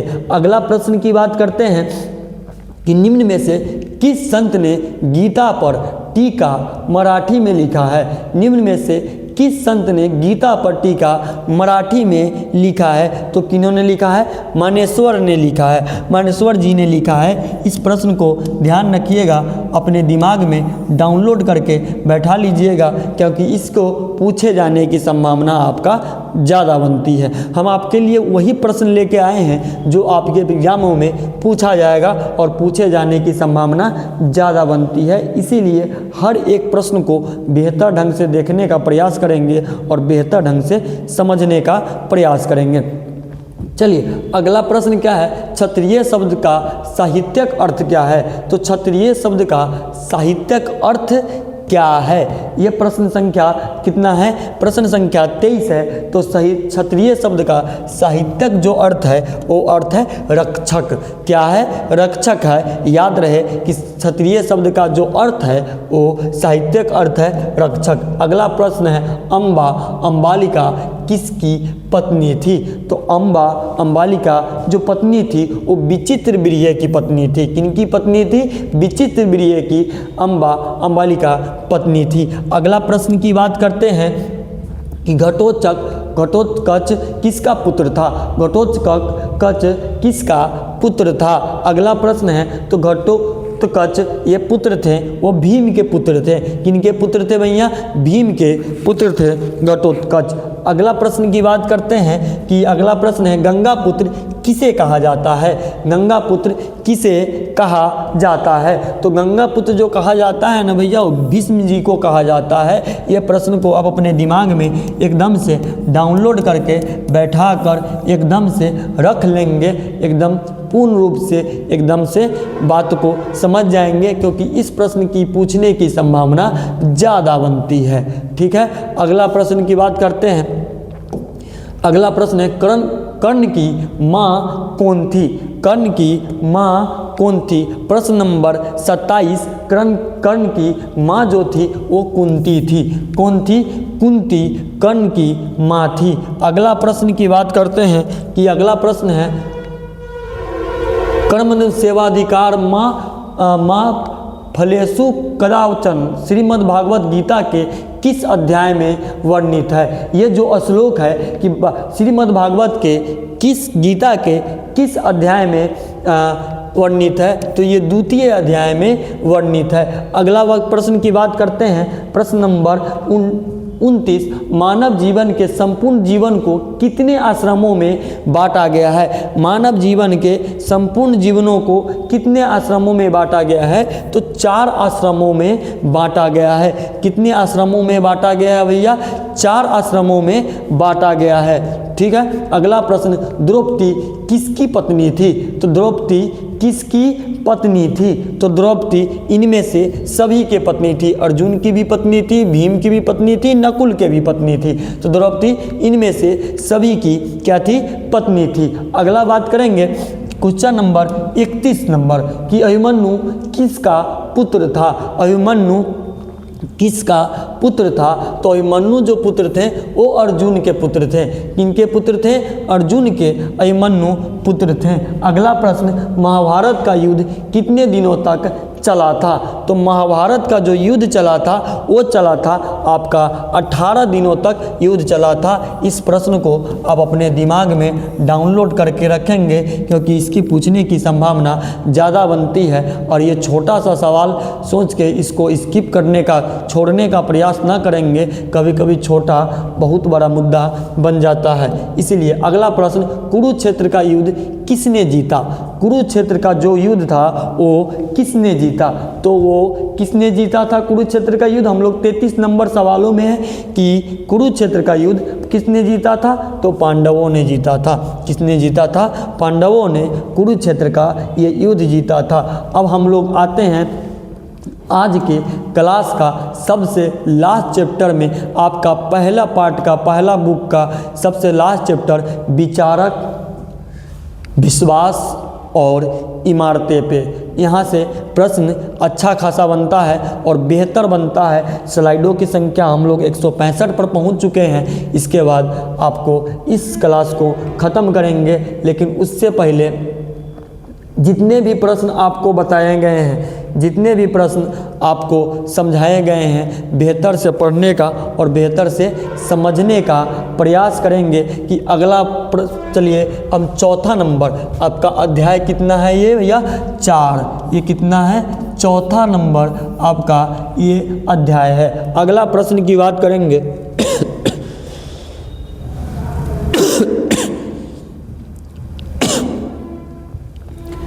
कि गौतम बुद्ध का जन्म कहाँ हुआ था? अगर बात करें तो गौतम बुद्ध जी का जन्म कहाँ हुआ था? तो वो जन्म हुआ था एक कपिलवस्तु के लुम्बिनी में। कहाँ हुआ था? कपिलवस्तु के लुम्बिनी में इनका जन्म हुआ था। अगला प्रश्न की बात करते हैं। महावीर ने पार्श्वनाथ के सिद्धांत में नया सिद्धांत क्या जोड़ा था? क्या जोड़े थे? महावीर ने पार्श्वनाथ के सिद्धांत में नया सिद्धांत क्या जोड़े थे? तो नया सिद्धांत जो जोड़े थे ब्रह्मचार्य का सिद्धांत जोड़े थे। इस प्रश्न को कर लीजिए डाउनलोड अपने दिमाग में, ठीक है, क्योंकि ये प्रश्न पूछा जाएगा। अगला प्रश्न क्या है कि श्वेतांबर और दिगंबर का संबंध किस धर्म से है? श्वेतांबर और दिगंबर का संबंध किस धर्म से है? किस धर्म से है? जैन धर्म से है। किस धर्म से हैं? जैन धर्म से हैं। अगला प्रश्न, आर्यों की सभ्यता किस नाम से जानी जाती है? आर्यों की सभ्यता किस नाम से जानी जाती है? तो वैदिक सभ्यता के नाम से जानी जाती है। आर्यों की सभ्यता किस नाम से जानी जाती है? वैदिक सभ्यता के नाम से जानी जाती है। अगला प्रश्न, आर्यों का सबसे प्रमुख पशु कौन था? आर्यों का सबसे प्रमुख पशु कौन था? तो आर्यों का सबसे प्रमुख पशु थे वो क्या थे? गाय थे। कौन थे? गाय थी। अगला प्रश्न, आर्यों का प्रिय पेय क्या था? तो आर्यों का प्रिय पेय क्या था? सोमरस। क्या था? सोमरस आर्यों का सबसे प्रिय पेय पदार्थ था। अगला प्रश्न की बात करते हैं कि महात्मा बुद्ध को महापरिनिर्वाण पानी उस समय से इशारा कर रहे हैं जूली मैम को। महात्मा बुद्ध को महापरिनिर्वाण प्राप्त हुआ था। तो महात्मा बुद्ध को महापरिनिर्वाण जो प्राप्त हुआ था वो हुआ था कहाँ? कुशीनगर में। कहाँ पे हुआ था? कुशीनगर में। हम लोग स्लाइडों की संख्या 171 पर पहुँच चुके हैं। अभी 204 टोटल स्लाइड है, 71 नंबर इतना। अगला प्रश्न, बुद्ध का सारनाथ में दिया गया प्रवचन क्या कहलाता है? बुद्ध का सारनाथ में दिया गया प्रवचन क्या कहलाता है? तो वो कहलाता है, क्या कहलाता है? धर्म चक्र परिवर्तन। क्या कहलाता है? बुद्ध का सारनाथ में दिया गया प्रवचन क्या कहलाता है? धर्म चक्र परिवर्तन कहलाता है। अगला प्रश्न, बुद्ध के अष्टांगिक मार्ग में कौन सा सिद्धांत नहीं था? बुद्ध के अष्टांगिक मार्ग में कौन सा सिद्धांत नहीं था? सम्यक चरित्र नहीं था। कौन सा सिद्धांत नहीं था? सम्यक चरित्र नहीं था। अगला प्रश्न क्या है? निम्न में से कौन गौतम बुद्ध के शिष्य थे? गौतम बुद्ध के शिष्य कौन थे? इनमें से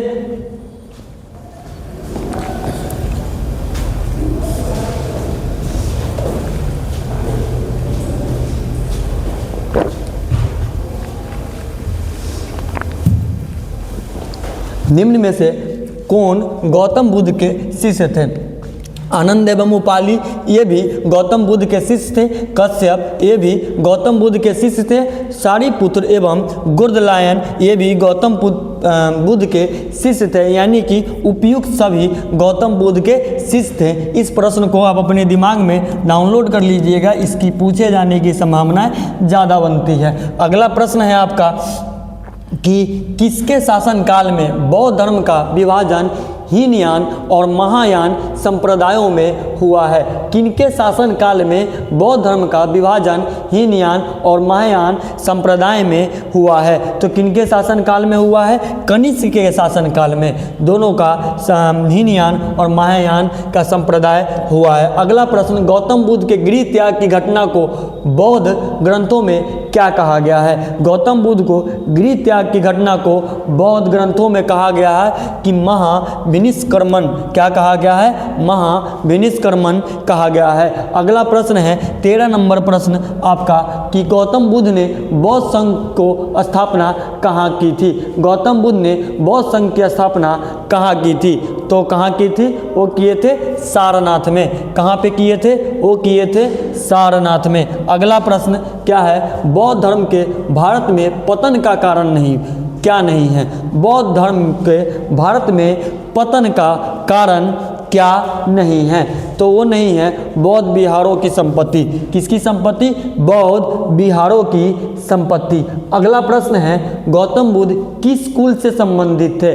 गौतम बुद्ध किस कुल से संबंधित थे? तो वो शाक्य कुल से संबंधित थे। याद रखिएगा, इस प्रश्न को दिमाग में डाउनलोड करके रख लीजिएगा। इस प्रश्न की पूछे जाने की संभावनाएं ज़्यादा ही बनती है। अगला प्रश्न है हम लोग 180 नंबर स्लाइड पे पहुंच चुके हैं। टोटल 204 स्लाइडें हैं। अगला प्रश्न है 16 नंबर कि प्राचीनतम वेद कौन है? सबसे प्राचीनतम वेद कौन है? कि सामवेद है, ऋग्वेद है, अथर्ववेद है या यजुर्वेद है।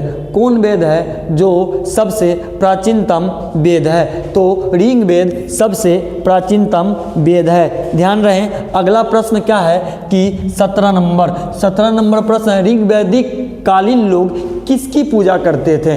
ऋग्वैदिक कालीन लोग किसकी पूजा करते थे? तो प्रकृति की पूजा करते थे। किसकी पूजा करते थे? प्रकृति की पूजा करते थे। इस प्रश्न को भी आप अपने दिमाग में डाउनलोड करके बैठा लीजिएगा और रख लीजिएगा। अगला प्रश्न है, ऋग्वैदिक समाज था किस प्रकार का समाज था? पितृहस्तात्मक था, मातृहस्तात्मक था या किस प्रकार का ये समाज था? तो याद है ऋग्वैदिक जो समाज था वो पितृहस्तात्मक था। कैसा था? पितृहस्तात्मक था। अगला प्रश्न है क्या है? वेद का अर्थ क्या है? वेद का अर्थ है, वेद का अर्थ क्या है? तो वेद का अर्थ जो होता है वो होता है ज्ञान।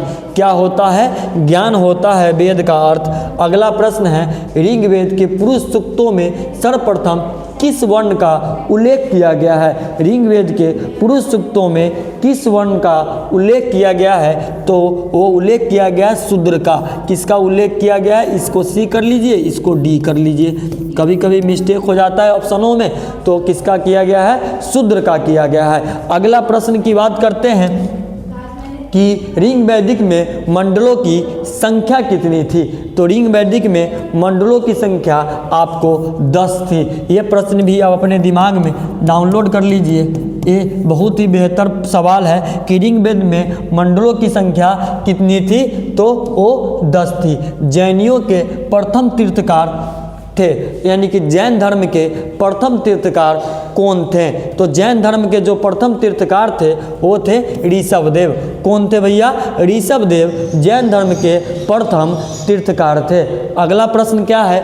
23 नंबर की सर्वमान्य मत के अनुसार आर्य कहाँ के मूल निवासी थे? सर्वमान्य मत के अनुसार आर्य जो थे वो कहाँ के मूल निवासी थे? तो वो मध्य एशिया के मूल निवासी थे। याद रहे कि सर्वमान्य मत के अनुसार आर्य कहाँ के निवासी थे? वो मध्य एशिया के निवासी थे। अगला प्रश्न, उपनिषद मूलतः किस प्रकार के ग्रंथ है? उपनिषद मूलतः किस प्रकार का ग्रंथ है? तो वो दार्शनिक ग्रंथ है। किस प्रकार का ग्रंथ है? दार्शनिक ग्रंथ है। अगला प्रश्न की बात करते हैं। अगला प्रश्न है, निम्नलिखित वर्गों में किससे उपनयन संस्कार अधिकार नहीं था? किसको ये उपनयन संस्कार अधिकार किसे इस वर्गों में नहीं था? ब्राह्मण, क्षत्रिय, वैश्य या शूद्र को? किसे नहीं था? तो वो नहीं था, शूद्रों को नहीं था कि उपनयन संस्कार नहीं था। इस प्रश्न को भी आप अपने दिमाग में डाउनलोड करके बैठा लीजिए। अगला प्रश्न क्या है आपका? है बोगजाकोई नामक स्थान कहाँ स्थित है? बोगजाकोई नामक स्थान कहाँ स्थित है? तो याद रखिएगा एशिया माइनर में स्थित है। कहाँ स्थित है? एशिया माइनर में बोगजाकोई नामक स्थान स्थित है। अगला प्रश्न है, प्राचीन भारत में द्वितीय शहरीकरण कब हुआ था? तो प्राचीन भारत में द्वितीय जो शहरीकरण हुआ था वो कब हुआ था? वो हुआ था प्राक मौर्य कालों में द्वितीय शहरीकरण किया गया था। अगला प्रश्न है, अगला प्रश्न आपका है, हीनयान और महायान संप्रदाय किस धर्म से संबंधित है? तो हीनयान और महायान संप्रदाय किस धर्म से संबंधित है? तो किस धर्म से संबंधित है? वो बौद्ध धर्म से संबंधित है। अगला प्रश्न की हम बात करते हैं कि अगला प्रश्न है क्या कि जिस बौद्धि वृक्ष के नीचे बुद्ध को ज्ञान प्राप्त हुआ था उसे किसने नष्ट कर दिया था?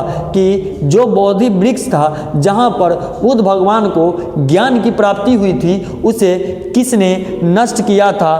तो किसने नष्ट किया था? तो उसे नष्ट करने वाले नाम था शशांक। क्या नाम था? शशांक नाम था। अगला प्रश्न है क्या है कि धर्म चक्र परिवर्तन क्या है? तो धर्मचक्र जो परिवर्तन है वो परिवर्तन है प्रथम उपदेश है। क्या है? धर्मचक्र परिवर्तन क्या है? प्रथम उपदेश है। इस प्रश्न को दिमाग में डाउनलोड कर लीजिए, ये प्रश्न पूछे जाने की संभावनाएं ज़्यादा बन जाती है आपके एग्जामों में। अगला प्रश्न की बात करते हैं कि गौतम बुद्ध को ज्ञान किस नदी के किनारे मिला था? तो गौतम बुद्ध जी को ज्ञान जो मिला था वो निरंजना नदी के किनारे मिला था। किस नदी के किनारे मिला था? निरंजना नदी के किनारे मिला था। अगला प्रश्न की बात करते हैं, महात्मा बुद्ध के बचपन का नाम क्या था? अगर बात करें तो महात्मा बुद्ध के बचपन का जो नाम था वो नाम सिद्धार्थ था। ये प्रश्न कई बार बना है एग्जाम में, थोड़ा सा ध्यान रहेंगे, इस प्रश्नों को थोड़ा सा देखेंगे। अगला प्रश्न है, महात्मा बुद्ध को ज्ञान कहाँ प्राप्त हुआ था? तो महात्मा बुद्ध को ज्ञान कहाँ प्राप्त हुआ था? वो हुआ था बोध गया में। कहाँ पर प्राप्त हुआ था भैया? बोध गया में महात्मा बुद्ध का ज्ञान की प्राप्ति मिली थी। अगला प्रश्न है कि गौतम बुद्ध के समकालीन मगध सम्राट था। गौतम बुद्ध के समकालीन मगध सम्राट कौन थे? तो गौतम बुद्ध के समकालीन मगध का जो सम्राट थे वो थे आपका बिंबिसार। कौन थे? बिंबिसार गौतम बुद्ध के समकालीन सम्राट थे। अगला प्रश्न है, अगला प्रश्न आपका है, गौतम बुद्ध को खीर खिलाने वाली स्त्री का नाम क्या था? गौतम बुद्ध को खीर खिलाने वाली स्त्री का नाम क्या था? तो उनका नाम था सुजाता। क्या नाम था उनका? सुजाता। अगला प्रश्न है आपका 200 नंबर स्लाइड पे हम लोग हैं। अगला प्रश्न है, चौथी बौद्ध परिषद किस शासक के काल में हुई थी? चौथी बौद्ध परिषद किस शासक के काल में हुई थी? अशोक के या कालाशोक के, अजातशत्रु के या कनिष्क के? किसके शासनकाल में हुआ था? तो ये हुआ था कनिष्क के शासनकाल में आपका चौथी बौद्ध परिषद हुआ था। अगला प्रश्न है प्रश्न नंबर 37, प्रथम बौद्ध संगति का आयोजन कहाँ हुआ था? प्रथम बौद्ध संगति का आयोजन कहाँ किया गया था? तो याद रहे राजगृह में किया गया था। इस प्रश्न को आप अपने माइंड में रखेंगे, ये थोड़ा सा इम्पोर्टेंट सा सवाल है, ध्यान में रहे इस सवालों को। अगला प्रश्न है आपका, द्वितीय बौद्ध संगीति का आयोजन कहाँ हुआ था? तो द्वितीय बौद्ध संगीति का जो आयोजन हुआ था वो हुआ था वैशाली में। कहाँ हुआ था? आपका वैशाली में द्वितीय बौद्ध संगीति का आयोजन हुआ था। अगला प्रश्न है, चतुर्थ बौद्ध संगति का आयोजन कहाँ हुआ था? तो चतुर्थ बौद्ध संगति का जो आयोजन हुआ था वो श्रीनगर में हुआ था। कहाँ हुआ था? श्रीनगर में चतुर्थ बौद्ध संगति का आयोजन हुआ था। अगला प्रश्न नंबर 40, ऋग वैदिक आर्यों के युद्ध देवता कौन थे? तो ऋग वैदिक आर्यों की युद्ध देवता थे वो थे इंद्र थे। इंद्र थे। कौन थे? इंद्र थे। तो हम लोगों ने आज जो क्लास हम लोग 1 से 4 पार्ट तक के जितने भी वस्तुनिष्ठ प्रश्न थे सारे के सारे को हम लोगों ने क्या किया? कंप्लीट किया। लगभग 204 सवालें हम लोगों के पास था। प्रश्नों की संख्या कितनी थी? 204 थी, जिन्हें हम लोगों ने आज के क्लासों में हम लोगों ने देखा। अब कल की क्लासों में इसके आगे की सवालों को देखेंगे।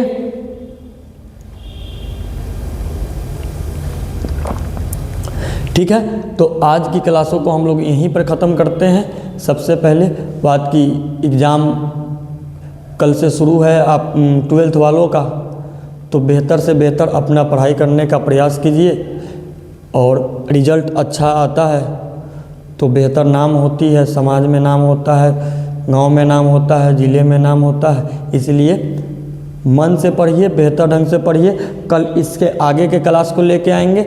इसके अलावा ज्योग्राफी भी है, हिस्ट्री चल ही रहा है, आज से ज्योग्राफी भी आएगा, हिंदी है, हर तरह के आपके जितने भी सब्जेक्ट है सारी की क्लासें यहीं पर वस्तुनिष्ठ प्रश्न आपको कंप्लीट कराया जाएगा आपको इसी चैनल के माध्यम से। तो ध्यान रहे, बेहतर रहें और बेस्ट ऑफ लक आपके एग्ज़ामों के लिए।